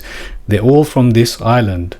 This is the beginning of the Earth. This is the original people. So back to this. Romans have been defeated. Where? In the crater Earth. But after the defeat, they will be, as it says here, سيغلبون. Yes, they will be victorious. غالبين. So after their defeat, where's the defeat? The defeat is missing here in the translation, but it's right here. Here's the defeat. How long? Now this isn't literally like a few years, as in, I don't believe so that this is a few years. This could be connected to, as I've already spoken of in the video regarding Al-Aqsa, Turi Sinin. Sinin is something to do with phases, stages. So this one might not be quite the years that we're thinking, the literal 365-day years that we're thinking of. So in a few, bid'ah is a few, in a few years, but this might be more like in a few phases of time, in a few phases or stages of time. Allah knows best. But the point is that they were defeated, keep that in mind. So this changes everything. They were defeated where? In the crater Earth. But after their defeat, they will be victorious. When? Now, when I did do Surah Rum study first, it was clear to me that this is all indicating the end, the very end, because that's when believers will be victorious, and the believers will be happy, as it says here. وَيَوْمَئِذٍ يَفْرَهُ. They will rejoice. They will be happy when. The entire Quran gives a narrative of actually when we're going to be happy. It's a testing one, but it's not before the earth ends. I hate to say that. But well, it's good news as well at the same time, because everything has to be changed. Our understanding of the end, when the end will come, and how it will come, what that will even look like, the end, and what that means for us beyond the end. There's so much to erase from what we've been taught. It's just going to get crazier as whatever's happening in the world, as well as, I believe, on the other side, getting crazier in unlearning what has been indoctrinated to us and relearning what the reality actually is about life after death, etc., etc. But it's clear they were defeated where? In the crater Earth. Let me bring to the crater Earth. So yes, is a crater low? Yes, a crater is low elevation, bowl shaped, depression in the ground. Keep that in mind. What do we have in Indiana Jones? That's the cup, the chalice, right? The bowl. That's why they say that's the Holy Grail, but actually it's referring to the real Earth's Holy Grail, which is the holy bowl-shaped depression in the Earth, at the center. Yes, a crater is low elevation. Look, low, minimum, lower, low, below, under. Al-Hayat ad-Dunya, Dana, Adna. This is all about low. This word is all about low, as is correctly put here. The lowest earth. This is the lowest earth. Where is the lowest earth? This is the lowest earth. This is the Holy Grail. This is the cup in Indiana Jones, the chalice that they're speaking of. And even when you look at Indiana Jones, you're going to find all of this Nazi symbolism, and even the island, the magnetic mountain that they're actually going to as well, but they don't speak about it. It's all hidden in plain sight. So, structure. Impact craters feature a floor that sits lower than the surrounding terrain, surrounded by raised rims of debris. This is important. Raised rims of debris. So even though it's low, even as you approach there, it's not low on sight, because you have to come above something that has been raised up high. This is why it's not easily accessible. It's not easily accessible. Masjid al-Haram is not easily accessible, and Allah knows best, even if it is even currently visible at the moment. Because all of this it's all going back to the end, the very end, the judgment, the hour, the end. So depth. They can range from small, shallow depressions to large, deep, complex structures types. Both impact craters from meteorites and volcanic. This is important. This is the volcano at this very center of the earth. That's what Rupus Nigra is. I was just watching, so that's why I've put this. The volcano, the pyre, the fire amidst the volcano. And this is what we have there, what they call planet Nibiru, when the hour anchors, literally the eye in the sky, the clock in the sky, the time, when time comes to an end. When that breaks through the heavens and comes down, that's when time stops and everything comes to an end. And all of what we have described as gravity disappearing, things going flying, red sky, dukhan, which is the vapor canopy, which I won't go into right now. The red sky, all of this, what occurs, everything changes. Our electricity, our composition, our nature, our energy, everything changes. all within the twinkle of an eye. That's what we have. So this is the volcano. And interesting, I fell asleep last night just deciding to play Star Trek Into Darkness, of all titles, Into Darkness, and it begins with Spock, the Vulcan. Vulcans, I believe, are the original people from the volcano. That's what Vulcans actually are. Pointy ears, right? Pointy ears. These are elves, right? Pointy ears. Vulcans, volcanoes, elves. El, godlike, angelic-like. But again, I digress. The fire amidst the volcano. That's what this is. So volcanic, yeah. Where is that volcano? Right here, Rupes Niger, right in the center. Right there. That's the volcano, this black rock mountain. So quartz isn't necessarily clear or black. Quartz is quartz, but it could be black because of this high electric energy that is actually creating this volcano from there, right? Just like the sun, Allah's created the sun, the creators created the sun, and it helps grow plants, yeah? Things come about from the creation of other things. So that's what we have, this pole. That's the real pole. Everything's upside down. What we understand as northeast, southwest, completely, yes, upside down. Even my understanding of north is not up above me and south is not below me.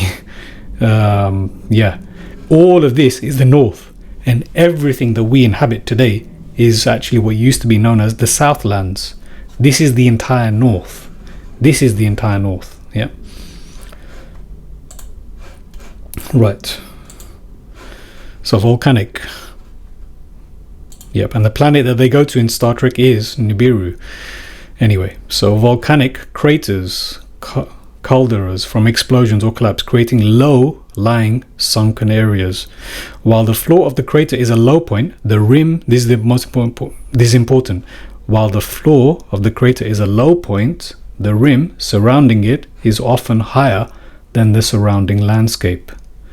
The rim surrounding it. So it's not a simple case of you approach that place and you manage to get across the sea, and this sea that people swear in history that they have not been able to get past because they drown, yeah, because of the magnetism that's here. Yeah, this is all just because there's a map. These are all very much inaccessible, but it's there. While the floor of the crater is a low point, the rim surrounding it is often higher than the surrounding landscape. The rim surrounding it is often higher than the surrounding landscape. So this entire thing is high. This is the bowl of the earth, but this is all high. Actually, I should have pointed out there. Yeah, this whole thing, as you can see, these mountain ranges, this is the formation, this is the high walls, very extremely high, almost looks impossible. And there's storms surrounding this place, and there's possibly even a dome. This is probably the Dhul-Qarnayn dome that was created, the plasma barrier, keep entombing Yajuj Majuj. Again, I'm not going to go into any of this right now, just pointing out all of this, but anyway, I digress again. This is the barrier around here, Dhul-Qarnayn. Yajuj Majuj are entombed below, and they will be released at one point. They will be released. They have not been released yet, because these are all happening at the end.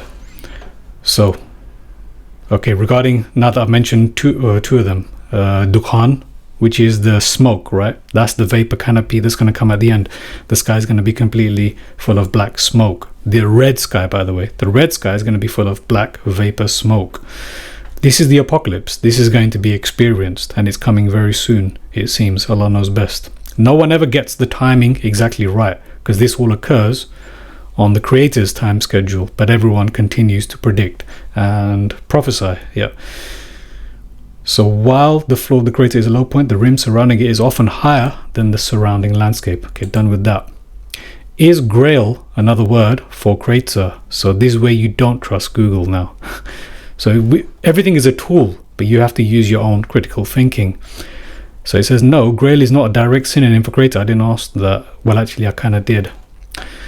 While they share possible distant etymological connection, they refer to entirely different things. Kind of. Grail or Holy Grail refers to a legendary cup, dish or chalice from Arthurian tradition, which doesn't exist. Yep, that is pure fiction, but it's fiction created from the reality, which is this. Crater refers to a bowl-shaped cavity in the ground. Volcanic, here it is again, or impact, yeah, or the mouth of a volcano. Now you'll understand, Lord of the Rings, Frodo going to the volcano to throw that thing in, yeah. You're going to find loads of examples. You're going to, even as I speak this, you're going to have your own examples that you're going to connect. The word grail comes from Old French graal or grill, which likely originated from the medieval Latin gradalis, meaning a shallow dish or vessel. Some philologists, never heard of that, some philologists believe this may be derived from the Latin crater, mixing bowl. Yep, that is the real bowl of the earth, the crater of the earth. Therefore, while the word serving dish, grail, might have evolved from the same root as a mixing bowl, yet. So these other ones have evolved and been created over time, but the original one is this, the crater of the earth. What is the crater again? The lowest point with high surroundings around it. So this is where I'm making the case, or just putting it out there. Again, everything I say, take it or leave it, it's up to you. But I will speculate, and I am convinced, and I do believe, that this is actually where this took place, in the lowest earth. But after their defeat, they will be victorious in a few phases of time, whatever that exactly means. To Allah belongs the command before and after. That's what it is. Yep, Allah will decide in the blink of an eye, and that day the believers will rejoice. You can't possibly have something indicating like how they try to tell us with narratives of Jesus returning or Mahdi returning, and there's going to be great experiences, and you have nothing mentioned in the Quran. Same thing here as well. People can't say that this very small extract that is speaking about a rejoicing time has got no other information here about when this will occur elsewhere in the Quran. That's just crazy, because the whole understanding of it is crazy to begin with, because it doesn't exist. This is referring to the day of Qiyamah. Yes, the day of Deen. The day of Deen. Yawmud Deen. Yawmul Fat is Yawmud Deen. These are all referring to the end, when the hour anchors and the apocalypse begins, and that's when everyone is looking. Well, it's all occurring at the end. That's the day. How long the hour is, how long all of this happens, I can't answer that at the moment. But this is all still yet to come. Right, so taking you back again. Ghulibatir Rum. The Romans have been defeated, not victorious. Where? In the crater earth. But after their defeat, they will be victorious in some phases or stages of time. And to Allah belongs the command before and after. Allah will decide what happens before and after. Now this is important. Bin Nasrillah. Nasrillah. I thought this was victorious. Sayaglibun. Ghulibat. Ghalab. I thought that was victorious. But we know what they mean, why they say that.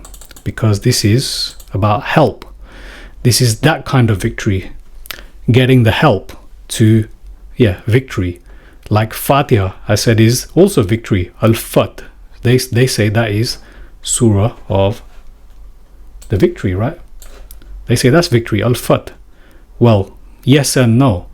Unlocking conquest, that's the victory.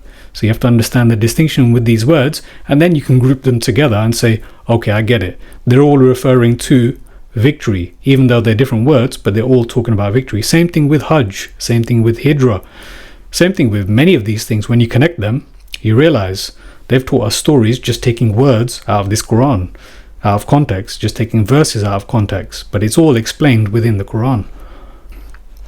So, binasrillah, when is this victory and this help of Allah going to come? The promise of Allah, and Allah fails not in His promise. So I'm not going to go further. So the hour is mentioned several times in this surah, but again, I'm keeping this as short as possible. I'd love to go through more, but I think I will stop here. I think, people can have a look further. There's always going to be more to say. There's always going to be more to connect, but I'm going to stop here. The main point being, Romans were defeated at the creator of the earth, the Holy Grail. And that is Masjid al-Haram. Bear with me.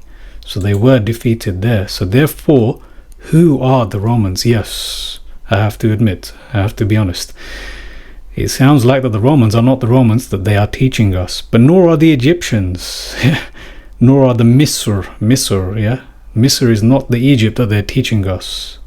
None of this is, yes, I admit. Credit goes where credit is due. I didn't figure this one out. I didn't figure out the the Romans. Yes, I was still having a distorted view about the Romans. Rome. I was believing that we're currently living in Rome 2.0. Again, yeah, we're all trying to figure this out, so I won't beat myself up too much for still holding on to false narratives. Yeah, Rome. So Rome, yes, it's not the Rome that they're teaching us. These are actually good people, whoever they were. They are the believers, and could very much likely include, yeah, I don't know exactly who they're going to be in the future, could include people who claim to be like Unitarian Christians. I don't know. Because just as we have right now amongst the Muslims, there are clearly people who are following falsehood, and there are clearly people who are good following good. I think this is the case all around the world. What we understand as Muslims, what we understand as Christians and Jews, and even all the other religions, yeah, we don't know who truly is the guided. We don't know who is going to be the successful. That much is absolutely clear. But the Quran is the guidance. Those who are following this oneness, ahad, ikhlas, sincerity, devotion, not sincerity, devotion and gratitude to the one, ahad, the one creator, the source, essentially. These seem to be the successful ones. So that day, these people following that, they will be rejoicing when the victory comes. Now, Surah Al-Fat, the victory. So this is the unlocking. So it begins with Inna Fatahna. Yeah, unlock. See, open, unlock. Fatahna, we unlocked. We have given thee a clear victory. Fatham Mubin. This is a clear unlocking. Yeah, that's what they mean by conquest. A clear unlocking. And then it goes on, which I won't go into right now, but just something that I might need to mention. To those who swore fealty to thee under the tree. Yeah, where is it? Yeah, Allah is pleased with the believers when they swore fealty to thee beneath a tree. Sounds very much like this Arthurian legends, right? I wonder where they got them all from. He sent down tranquility upon them and rewarded them with a, here it is again, Fatan Qarib, rewarded them. So people have already received this victory, but we're being told about when there's going to be a victory for us. Right, and here is the Makkah verse now, yeah? And he is that restrained their hands from you and your hands from them in the belly of destruction. Bibotni Makkah. So that is, let me bring that up. That is this, when I first referred to this. And Allah is the one who withheld their hands from you and your hands from them by the belly button of Makkah. You can take that as the name of a place. You can take that as the midst of destruction. It really doesn't make a difference. What they're teaching us is a lie anyway. They make up, they use words and they make up names of places. So you can take that as Makkah or not. And then, yep. So this is that first house. Oh, and yeah, here is your volcano. Here is the beam shooting up. Here is the coincidence or not. I don't think so. Something new in the AI, something new what I was looking for. Even if I did not know back then what I was looking for. This is the first. This is the house of Allah. This is where it is. This is the volcano Rupus Nigra, the Black Mountain, at the very heart, the crater of the earth. This is it basically. What a coincidence. Unbelievable. And yes, this is the Hijra or the Hajj that will have to be made during the hour.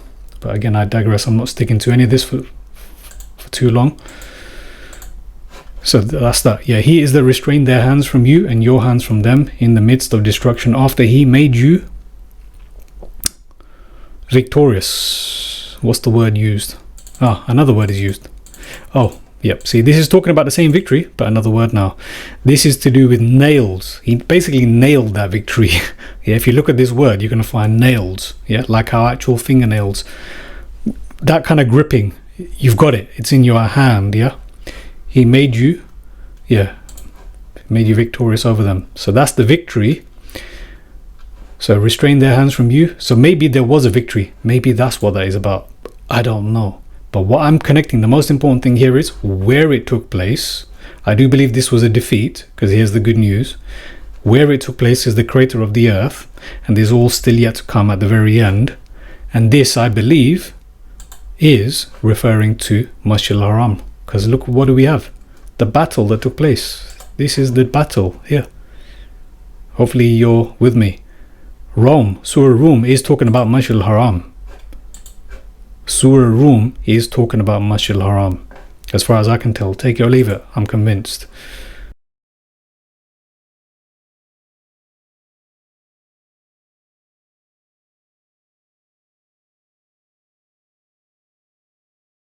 And he is the restrain their hands from you and your hands from them in the belly of destruction, or in the midst of Makkah, and he made you victorious over them, and Allah is of what you do all seeing. This is where it happened, yeah? Those are they who did kufr. They covered up the truth. That comes in various forms. They covered up the truth and turned you away. Wasaddukum, they turned you away. Turning us away from the path is both symbolic and literal. Yeah, turning us away from the straight path. Al-Fatiha. It's symbolic and literal. What we do, as well as what will happen physically in real life, if not now, then later. And again, I'm not going to go into the distorted translations regarding ritual, sacrifice and all of that, but I will just say this much, because he is in the middle, and I am taking a break. He is in the middle of my recording. I've already gone through this. It is on Patreon for now, but I haven't finished going through the House of Allah. I'm trying to take a break. Inshallah aminin. This I'm already convinced. Here is La takhafun, yeah? Wherever this place is that we're told in future tense that you will enter. So look, past, there's history. The battle that took place here. There's history, past, history. But now being told good news of the future. Allah has confirmed in the vision to his messenger, Ru'ya bil haqq, latadkhulunna, enter again, Masjid al-Haram, inshallah, aminin. Enter, the Allah wills, secure. Now think about this. Not fearing, yeah, is right here, not fearing. So this is a good news given that you will enter the holiest of the holiest. The holiest of the holiest. This is the Holy Grail. Here, we'll all agree with this. What we consider, what we think in our memory, in our fitra's memory, or in our resonation of our spirit, what we consider to be Masjid al-Haram as being the ultimate place. The ultimate place. That's why it's almost unholy to say that it is not that place that they're claiming it to be right now. That's why it's that strong. That's why it's that strong to claim, to almost destroy in people's minds and hearts that that is a lie, is almost the worst thing anyone can do. Because this is ultimately what everyone is seeking. But how do we know that that place is not the place? We know it through various ways, but this is just one of them. Because you will enter not fearing. Elsewhere I've already gone through Surah, is it Surah Quraysh? Yeah, this is a place of where you will no longer be starving or be afraid, no longer worrying about food, things like this. But where on earth do they get head shaven and cut from? That's when you know there's something weird here, because this is ultimately about not fearing, and I've already gone through this. This is all about heads essentially being raised high, your throats exposed basically. That's what this halq is. Yeah, articulation for those who know Arabic, tajweed, makharij, halq. It's all about your throat. This is all about your heads, as it says here. So ru'usakum. The result is la takhafun, not fearing. And in between is all about your heads. And this is the ultimate place that we want to enter, inshallah. So what is our heads condition going to be when we're no longer fearing? La takhafun. Our heads are going to be held up high, raised high, possibly in palaces, right? Qasr, palaces. Doesn't that make more sense rather than this? What's that got to do with anything? What's that got to do with anything about not fearing, about finally entering this place? What's head shaven or cut? Because that's what they say. But when you do this ritual, if you don't want to cut all of your hair off, shave it, you can cut it, because that's what Allah gives options of. Nonsense. Allah forgive me if I'm wrong, but yeah, it's nonsense. It doesn't make sense, right? And it doesn't fly when you dig into the Arabic elsewhere as well. But here, anyway, so I'm digressing again. Surah Rum. This is where it is, the crater earth, this victory coming at the very end. That's when we will rejoice. May Allah make us amongst the successful believers. And Allah fails not in His promise. Yep, so it carries on. This is Rum. This is the expulsion from Masjid al-Haram, as is confirmed here. But the good news of returning. That's what that is. That's what that is. Inshallah, Aminin. You will enter. This is your straight path. The Golden Gate Bridge. Yeah. The Yellow Brick Road.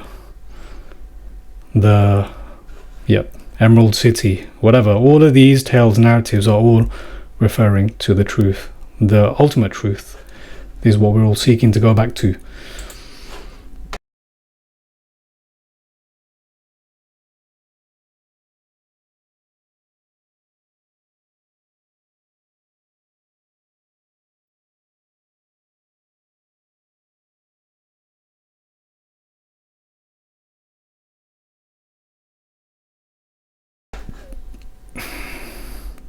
So, Surah Rum. Hopefully I've connected that for you. Surah Al-Fat.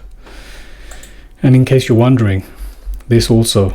So, I have been through Surah Quraysh. Yep, Quraysh. So I'll just bring that very quickly again. This is the house. This is the last mention of the house. فَلْيَعْبُدُوا رَبَّ هَذَا الْبَيْتِ. The last house. Yeah. This is a journey again through the seas. This is a voyage. Rihla. Through winter and summer. This ain't no ordinary winter and summer. Just like Surah Fajr, the dawn. Where is the dawn? That is talking about the end of a cycle and the beginning of a new cycle. The end of an era. That's what this is talking about. It's not our typical dawn. So if you keep that in mind, when I speak about Quraysh and this winter and summer, might not be an ordinary reference to winter and summer.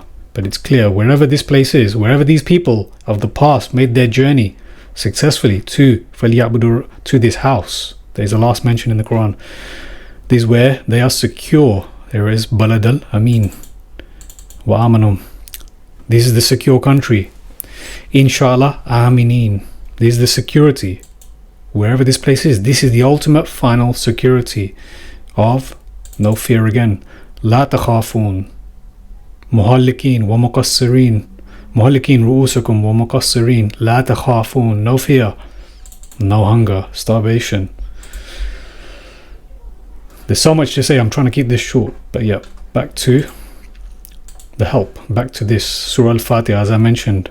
I'm connecting for you guys the unlocking of Al-Fatiha, the straight path to Masjid al-Haram, which is here. This battle that ensued, the expulsion from Masjid al-Haram, the future prophecy in the Quran. Yes, this is the Quranic prophecy that you will enter, inshallah, ameen. You will enter future, that you will enter, inshallah, ameenin. Fatan, yeah, Fatan qariban, near. And binasrillah. So I pointed that out as well elsewhere. Where was it? Oh yeah, ghulibatir Rum. Binasrillah. These all different words talking about the victory. This is the help of Allah regarding victory. Fat is the unlocking of the victory. That's the conquest.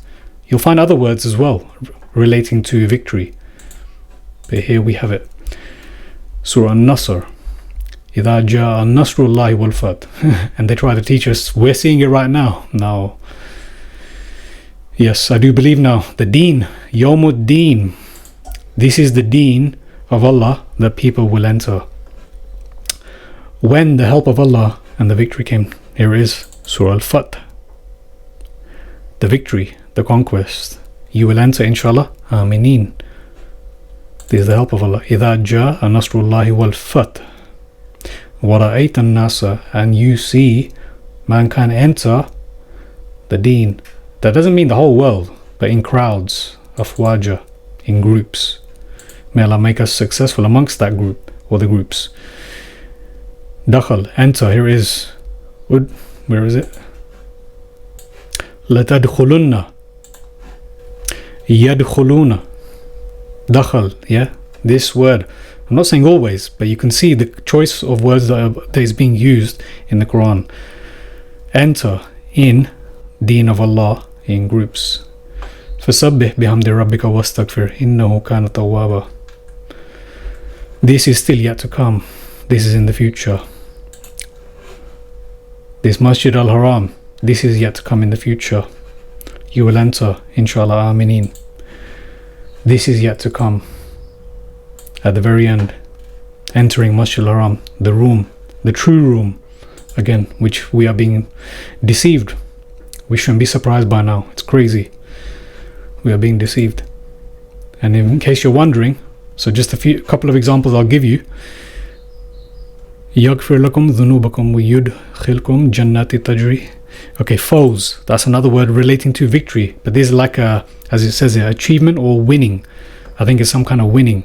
But we're talking about victory. But look, right here with this victory is Nasr, which is again victory. But this is the help of Allah, yeah? And this is another victory. But this is the conquest. Wa fathun qarib.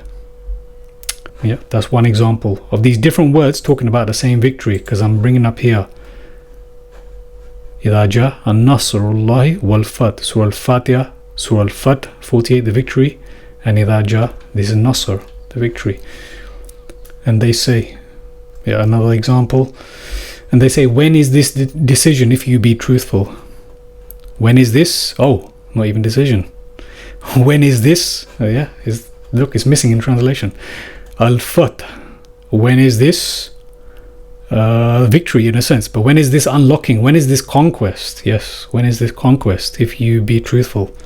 Say thou, Yawmul Fath, on the day of conquest or the day of unlocking. I don't know where decision came from, but here you go.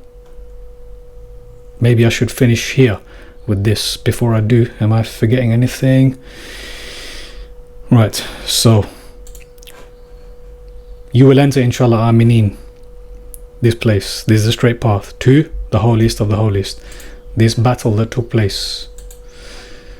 And yeah, there is an expulsion to this place, this volcano at the center of the earth. This is where everyone was created to begin with. This is where the earth was created and everything began. And it seems like everything will end there as well. That we will, yes, very likely have to make a pilgrimage, a journey, hijrah, emigrate. Because this is what Musa did. He had to go from darkness to light. He had to go from Masjid al-Haram, which seemed to be under the control of Fir'aun at that time. And that's why I speak about this, the pyramid, the eye. Oh yeah, I mentioned this as well. This is what we see in the stories, the two towers. This is the three. You're going to find the three everywhere now. Three. 1, 2, 3. That's what you're looking at. You might see 3 mountains, 3 hills, 3 towers, 3 light beams, 3 doors, 3 Arabian looking doors. You'll find them everywhere. Now that I mention them. But this way is Safa, Marwa.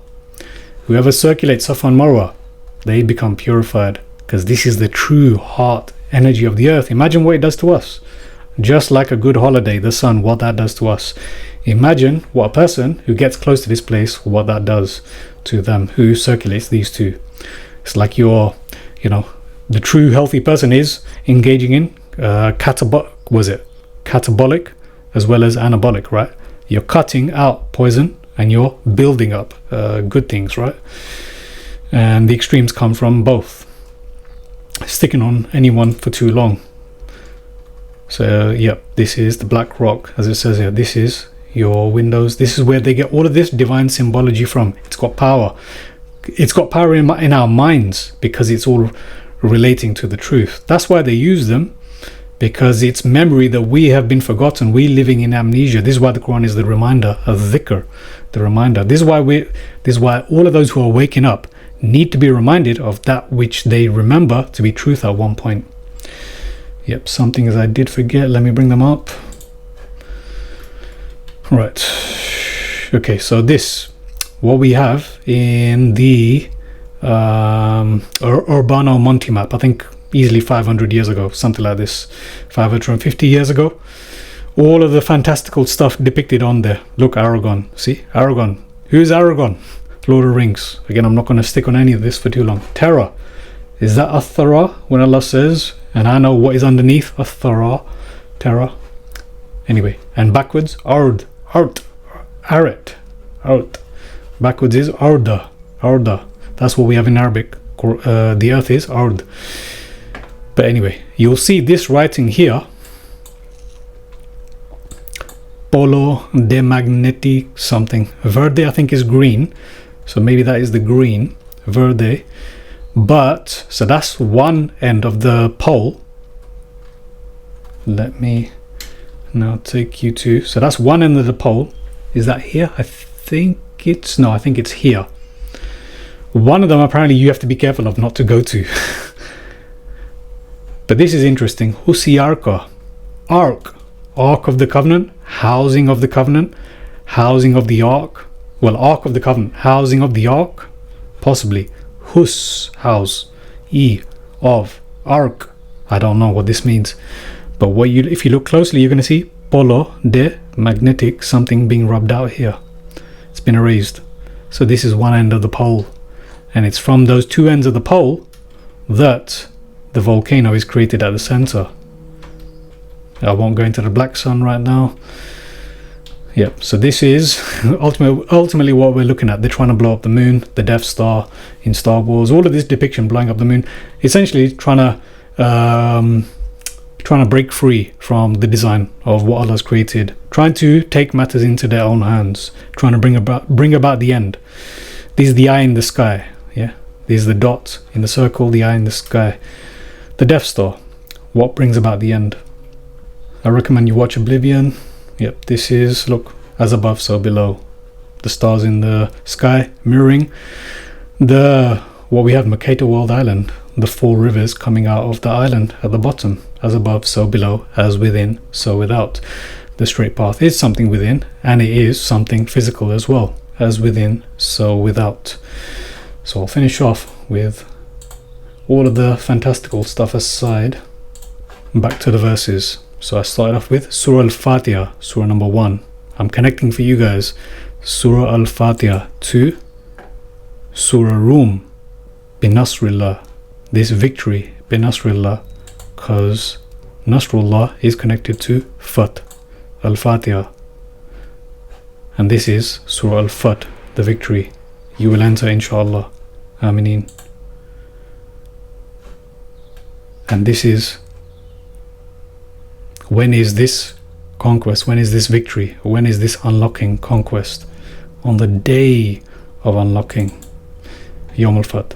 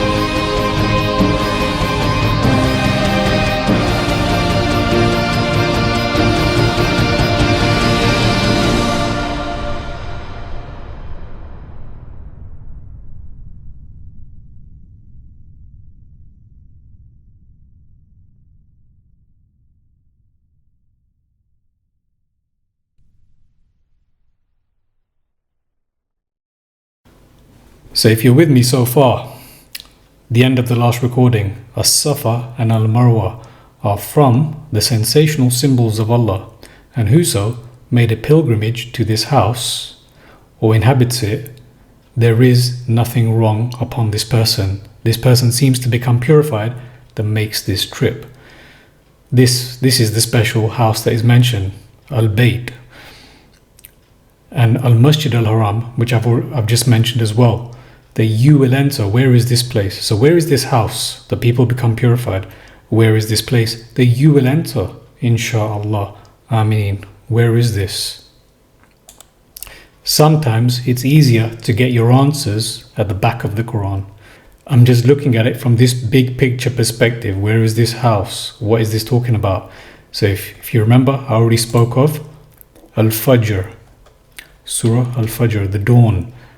Now if I take you back to that one, the dawn, yeah, it's no ordinary dawn, as I mentioned. It seems to be dawn of a new era. So now with that kind of thinking in mind, what is this talking about? Winter and summer as well. This journey, yeah, another journey. I think you might agree that whoever these people were, they made a pilgrimage to this house.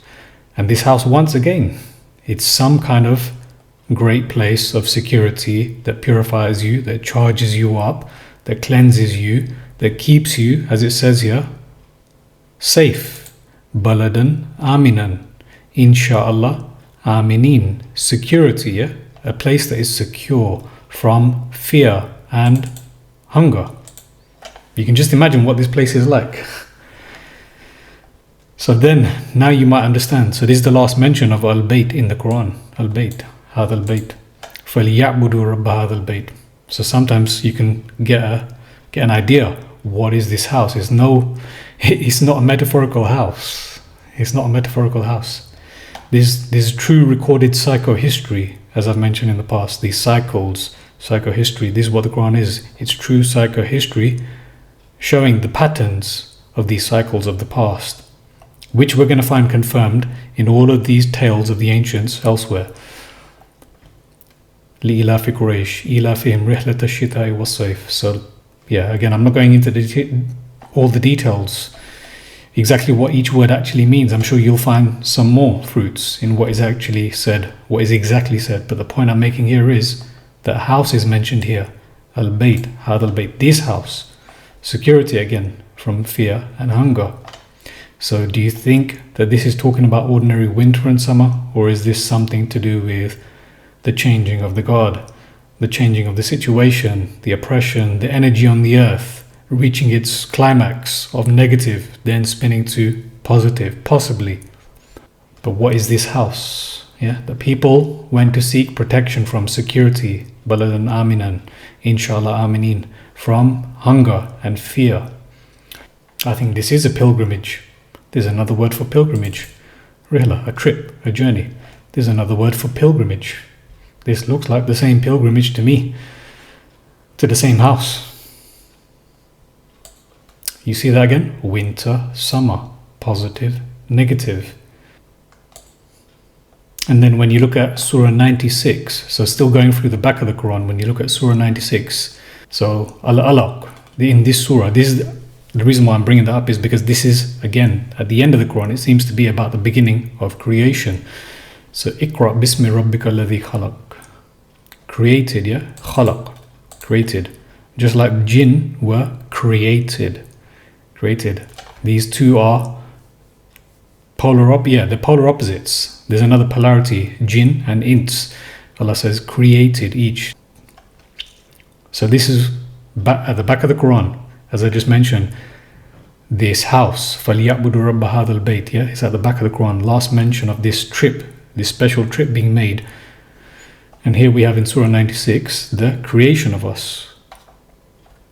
I bring this up because it's paired for me, and as for those who know, surahs are paired in the Quran. It seems to be paired with Surah 95, Wat-Teen, At-Teen. So I'm bringing this up again because Masjid al-Haram, to understand Masjid al-Haram, you have to understand Masjid al-Aqsa. As far as I can see, this has been my progression in understanding. My journey, in a sense, in understanding that journey from Masjid al-Haram to Masjid al-Aqsa. My journey in understanding that. And this Al-Aqsa is directly connected to Watur Sinin. This, as I've already indicated, this volcanic-like mountain where the fire of Allah, I don't want to say the fire of Allah, something like that. Allah said this, right? The presence, the communication, I am Allah. And it was like the tree was on fire, but not on fire, right?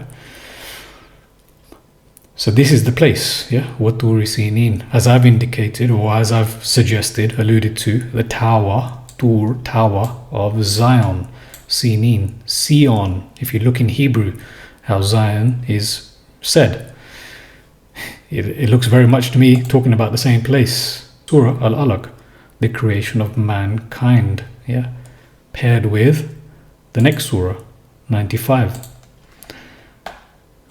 Ad-Din was Zaytun, the olive, and the fig. Definitely the olive. That olive is mentioned elsewhere, a couple of times at least. وَطُورِ سِينِينَ وَهَذَا الْبَلَدِ الْأَمِينَ. Back to that again. Security, right? Not trustworthy. As it says here, correct, yes, secure. By this land secure. By this country land. It says country. You can take country land. It's not merely land, because wal-barri wal-bahri is land and sea, or sea and land. That's the word for land. This seems to be something like country land. And secure, here it is again, aminan. Back to what I'm saying. This place, where is it that we're going to enter? Insha'Allah, aminin. Where will we enter? Aminin, balad al-amin. Haraman aminan. وهذا البلد الأمين. لقد خلقنا الإنسان في أحسن تقويم. We have created man in the best formation. Then we return him to the lowest of the low. So this is again another cycle, right?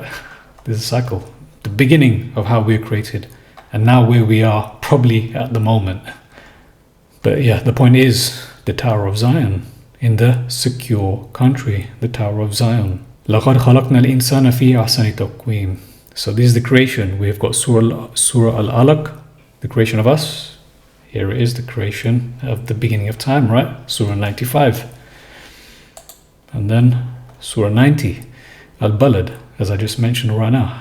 هذا البلد الأمين. This is the balad, the country land. And Allah swears by this. Where is this place that Allah swears by? لا أقسم بهذا البلد. No. But I swear by this land, by this country land. No. That's what that is. No. You got no idea. I swear by this country land. وأنت حل بهذا البلد. ووالد وما ولد. لقد خلقنا الإنسان. Here is created man again. Created man again, see? Surah Al-Alaq, created insan. Created again in Surah 95. والتين وطور سينين وهذا البلد الأمين لقد خلقنا الإنسان في أحسن تقويم. Here is again لقد خلقنا الإنسان. This is all talking about the creation of the beginning of time of us and this earth, where we began, and it seems like where we could end as well. Rock art images are explained as sheets of intense electric current in the evolution of a plasma discharge. The central column you see in this stylized representation is the axis of the discharge. Wrapped around the axis is a torus or donut-like tubular sheet of charged particles. The observer sees through the transparent formation, champagne glass above, squash bell shape below. So the plasma density is greatest at the limbs. Drawn in 2 dimensions, the formation matches the stick man carved globally on stone by the thousands. The 2 dots under the stick man's arms are the exceedingly bright, high-energy radiation called synchrotron radiation, emitted from the center of the torus. The current sheets continually warp as the electric discharge progresses, and this form is not uncommon.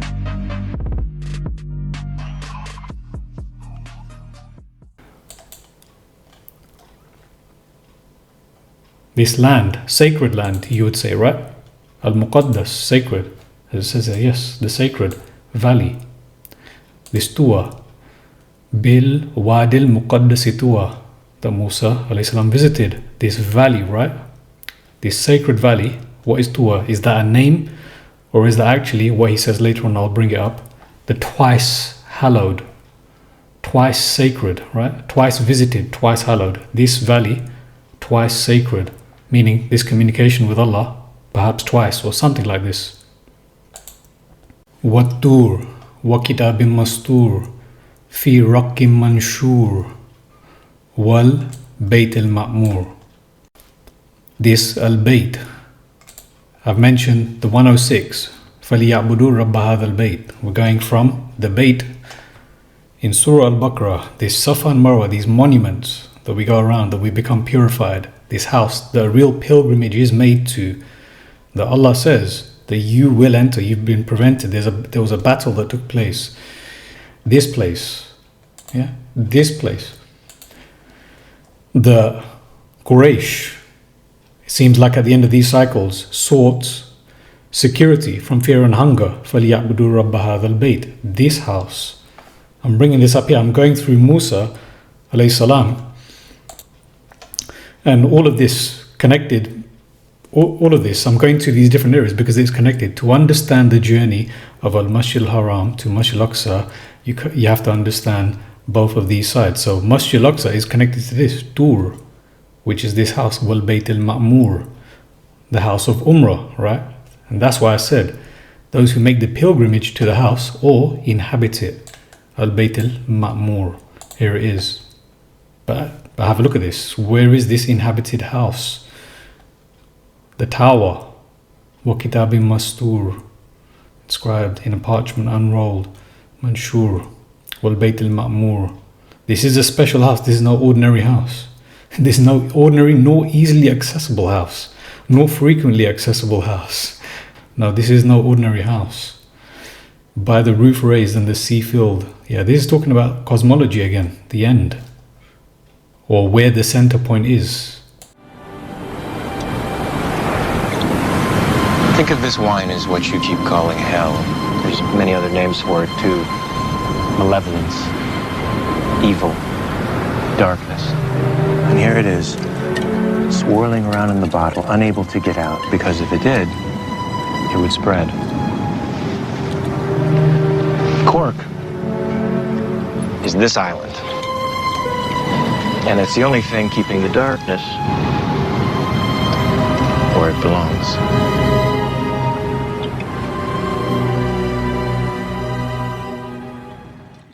Yes, this very much looks like to me cosmology again, about the very center that we cannot witness, because our cosmology is quite amazing. It's quite fantastical, yes. Check this one out. And by the sea, the imprisoned sea. Now I don't know, is this in reference to where people get sucked up and can't get access to the very central point unless they are granted access? Is this where Fir'aun was drowned? Yeah, and Musa alayhi salam was given access to, with Bani Israel, taken to the house, yeah, the inhabited house, roof raised again. I don't know. Much of what I say will be speculative, and I will say that. But what is clear to me is that this house is not what we're taught it is, but it is something very much amazing, fantastical, and still possibly yet to come. Yes, definitely. I just had a look. What Tur, this tower that I claim is the Tower of Zion, the magnetic mountain that Musa alayhi salam made a special trip to and had this amazing experience. By the roof raised, I'm sure there is something that is visible and witnessed over there, something quite amazing. And right where this house is, the inhabited house, by the imprisoned sea, if that is true, if that is correct. The heavens shakes reeling. This is where it would happen. This is where it, for those who are experts that I'm following, oh, by the way, this is mountain. So when they say Tur, have a look. What does it say? By the mount. Yeah, what Tur? It can't be, can it? And the mountain. Yeah, Google's going to be trained to say what it is that it's been fed to say. AI. Has anyone experienced what AI is like right now? It's sentient. It's alive. With what? What spirit? Anyway, so yeah, this is Jabal, these mountains. So that's why I'm saying Tur. I think it's tower. Very likely. Tower of Zion, the magnetic mountain.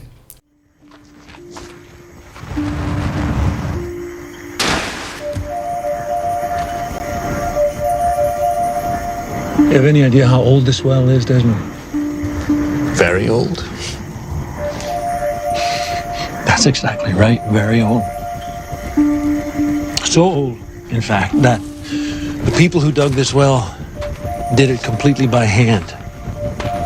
God knows how long it took them.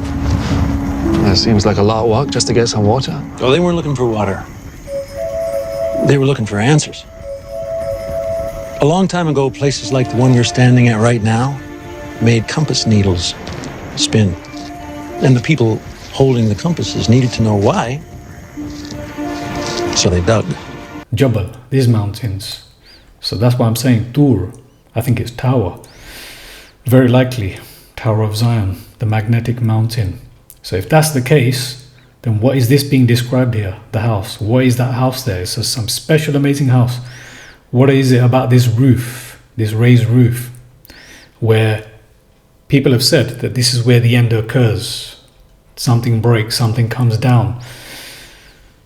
The day the heaven shakes, reeling. It's confirmed. And the mountains move away. Jahannam, yes, the reality is there. There is the positive and the negative. There is the pain and the joy. There is both. There is both in everything. So this place that Musa alayhi salam was taken to, from Masjid al-Haram to Masjid al-Aqsa, this Tower of Zion that is clearly there, this inhabited house, this. So in case you're wondering, the inhabited house, this is what I'm saying. This, here it is, look, it says the frequented house. Where did they get that from? Al-Umr, the age. Yeah, a place where you're inhabiting, settling. Lifetime, as it says here, age. Yeah, the age. Lifetime settlement inhabited by your life. Yeah, this is what is Bayt al-Ma'mur in this corpus, the inhabited house. In 2435, this tree that is neither of the east nor the west. شجرة مباركة زيتونة لا شرقية ولا غربية يكاد زيتها. This again is going back to what teen was zaytun, zaytuha, this olive oil here that's given out from this tree that Musa alayhi salam visited. Its oil would almost illuminate, though no fire touched it, and is confirmed elsewhere. So if you think of this tree at the center of our existence, this olive oil tree that Allah says, that's very interesting as well. Allah is light of the heavens and the earth. The likeness of His light is like a lantern, by the way. This is a lantern wherein there is a lamp in a glass. So this light at the center of our existence, this beam of light, it's real. It's both literal as well as metaphorical. It's everything. It's literal, symbolic, metaphorical, but there's a real source of light at the center of our existence. And if you're doubtful of that, here it is. وَالشَّجَرَةً تَخْرُجُ مِنْ تُورِ سَيْنَاءَ تَنْبُتُ بِالدُّهُنِ. What is this? This oil again. A different word for this oil. A tree that comes forth from Mount Zion. Take it or leave it. In Hebrew, it's very similar. Sion, Seinah. So this tree, the Musa, it's all to do with Musa, right? This tree that comes forth from here, yielding oil and seasoning for the eaters. This is clearly something rich. And here it is. This twice hallowed, what I mentioned, Bil Wadil Muqaddasi Tuwa, twice hallowed. Yeah, I think Brother Sam Gerrans is right in his research here. That sounds right to me. Even the word itself, Tuwa, twice. You can see it twice. You get many words like this that give it away what this word actually is. And when Musa alayhi salam came to it, he was called, O Musa, Inni ana Rabbuka. Yeah, Innani ana Allah. This is the communication taking place by this sacred valley, right? Al-Muqaddasituwa. And Allah says very soon after that, Innani ana Allah. Soon after that, Inna sa'ata atiyatun akadu ukhfiha. The hour is coming, I almost conceal it, because as I showed in that hieroglyph of earth, that pyramid, that fiery volcano, above that is what people claim to be some kind of eye in the sky. It looks like an eye in the sky that presents itself when the earth is being destroyed and recreated. The ancient civilizations are spoken of, but it's clear that Allah says that this hour is going to anchor, and it seems to match what they're saying, that the hour is going to anchor within the blink of an eye. Kalamhil Basar. Interesting. Eye again. Kalamhil Basar. In the blink of an eye. In the blink of an eye. This very same eye that people talk about. And Allah's the all-seeing, right? This very same eye that people talk about that appears to them, it comes down. And they've carved these images onto walls. Ancient civilizations. So it's interesting that this trip that Musa alayhi salam made, where there's this volcano, the hour is coming, I almost conceal it, that every soul might be rewarded for that which it strives. So no matter what they're up to, and I'm going to stay focused on the house because there's so much to talk about. There's so much to say about the hour. Can't even begin that here. But these guys, they're up to no good. The conspiracy against Allah, against the Creator, essentially. The conspiracy to escape where they're not going to be allowed to escape. And that's why Allah says, if you think you can go beyond the bounds of the heavens and the earth, then go. But you will not be able to go except by my authority. Ya ma'shar jinni wal ins. Oh, you have fooled the majority of mankind. It's all in the Quran. It's all confirmed in the Quran. The hour has come and the moon is split. They're looking to hit that moon. The obsession with the moon. I really don't want to go into detail here right now. Yes, it's coming, and it's all about the moon. And the Quran confirms this. The hour has come, and the moon has split. Because it's directly connected to the hour, but in a way that we've got no idea about. Why else this obsession and fooling us about the moon as well?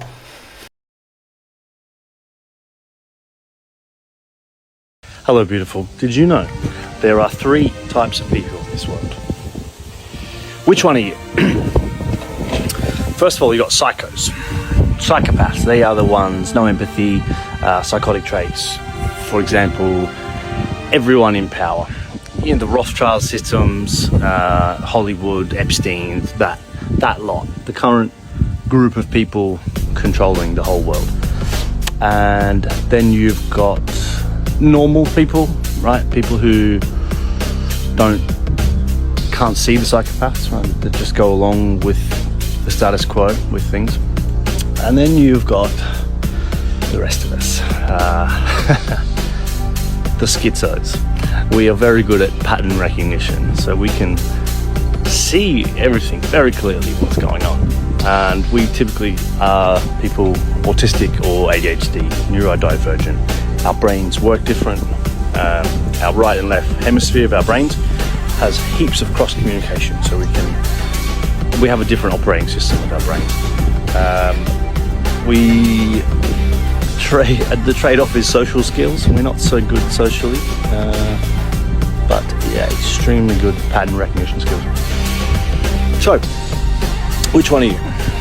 It's fine if you are a normal person in the middle. Absolutely love the shit out of you, but understand that things aren't as they seem, and people like me are trying to help you wake up and understand that the people in power do not have our best interests at heart.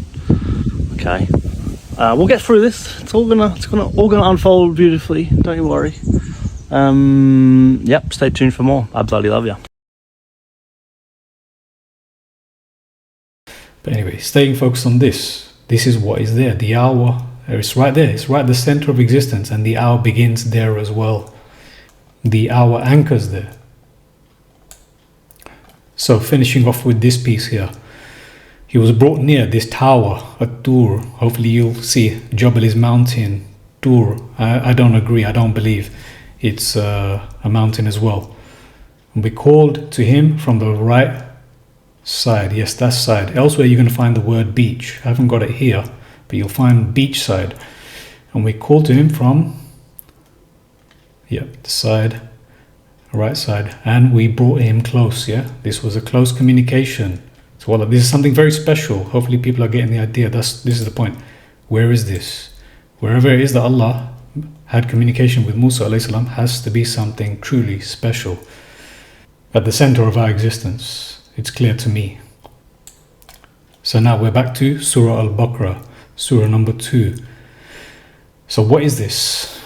And when we took your agreement and raised the mount. Look, raised. How do you raise? Yeah, it's not a jabal, it's a tower. وَرَفَعْنَا فَوْقَكُمُ, above you. Yeah, وَرَفَعْنَا, and we raised above you this tower. What is this? I'm sure you're wondering, my gosh, there's so much I don't even see in the Quran. There's so much that is not spoken of. What is this? How do you raise a mountain? What is this that happened to them whilst they were there? Can you see? It's amazing. It's fantastic. I'm not mocking the Quran. I'm believing exactly what it says. And when we took your agreement, mithaq, yeah, agreement, and raised above you the tower. This is the end of creation and the restart of creation. These are people that are saved. Yeah. Things have been reset. This tower has been raised because this is something to do with the cosmology. And now, given a second life, an opportunity to go back out there and prove that they are holding fast to this covenant for what we were created to do, or at least what Bani Israel was created to do. We are clearly victims of this Bani Israel that went back, turned their back on the agreement, on how to live, on what to follow. So I bring you back to the context. This thunderbolt that I mentioned, this Sa'ika, that we raised you up after your death, that you might be grateful. Yeah, this is a second life. Enter this place. Enter now. Yeah, we saved you. Now go back out there. Hopefully you're getting this.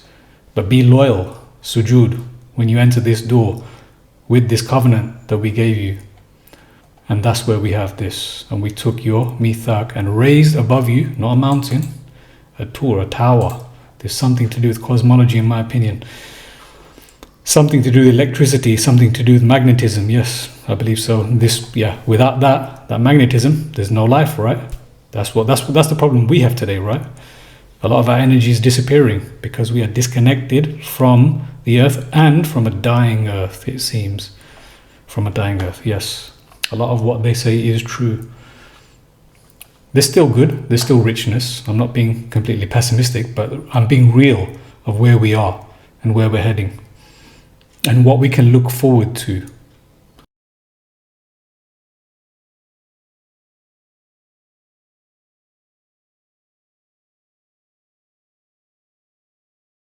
From Surah Al-Fat, this help of Allah coming and this victory, that's when we're going to see وَرَأَيْتَ النَّاسَ يَدْخُلُونَ فِي دِينِ اللَّهِ أَفْوَاجًا.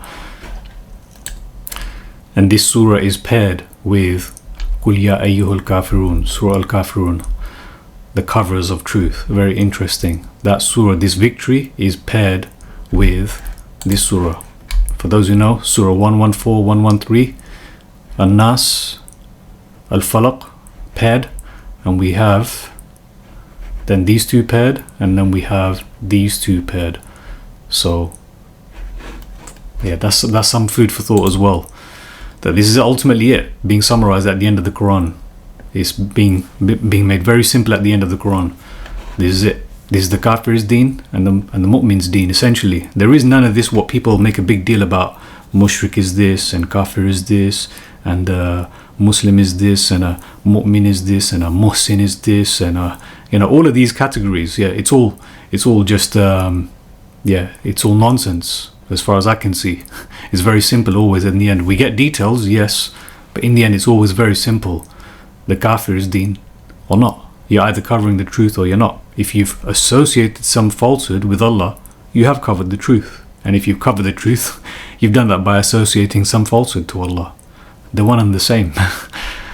Again, this is what the Quran is. It's various different words describing the same concept, but giving a different description to get the point drilled into your head. As I'm showing you, even with this Al-Masjid Al-Haram, the house, these different names, Al-Bayt Al-Ma'mur.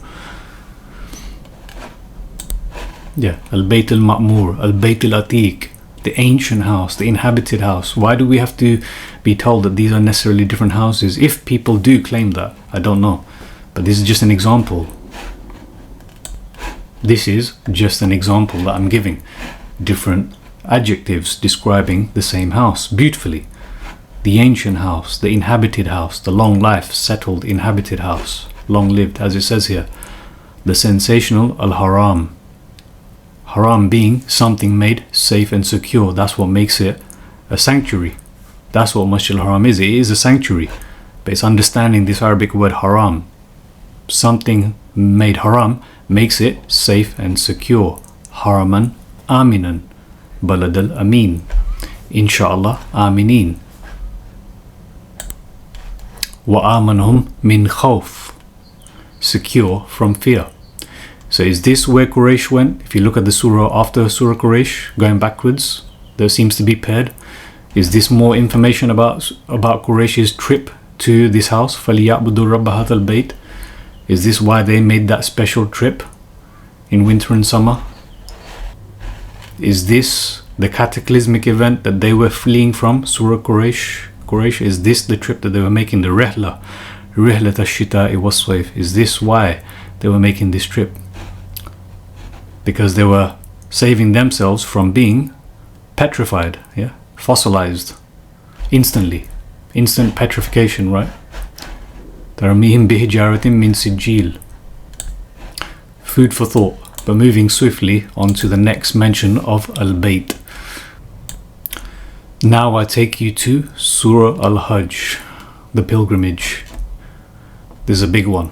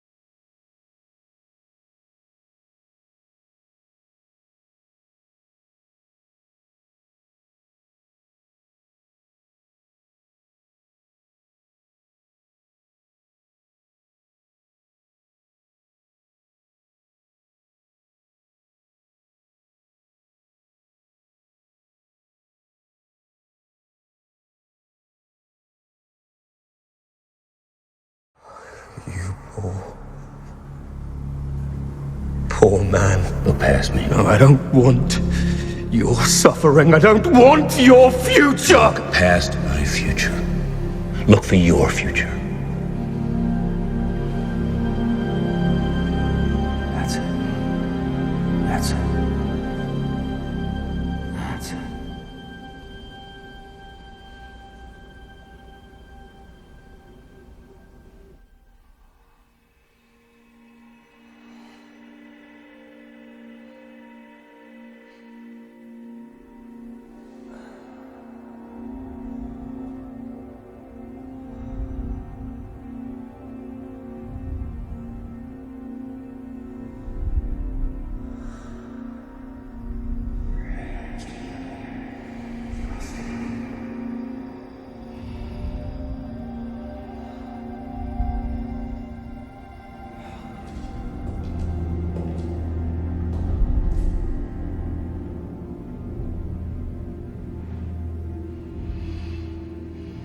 Charles. Charles.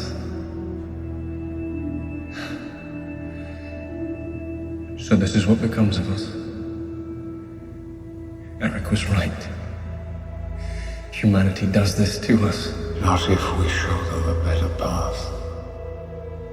You still believe? Just because someone stumbles, loses their way, it doesn't mean they're lost forever. Sometimes we all need a little help. Oh, I'm not the man I was.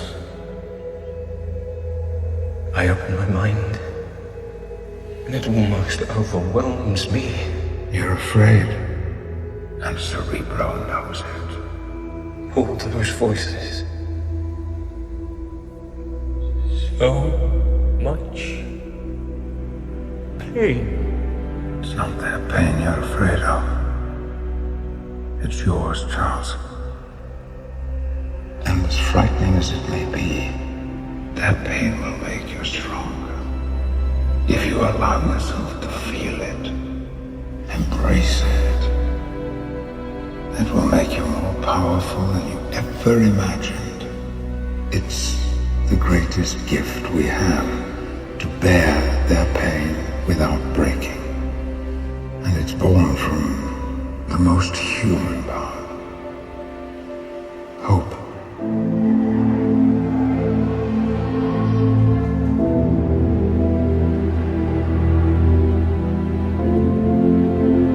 Please, Charles, we need you to hope again.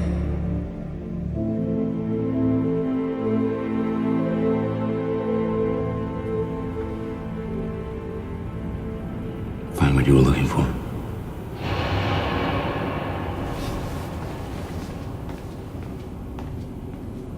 Power's back on. Yes. Yes, it is.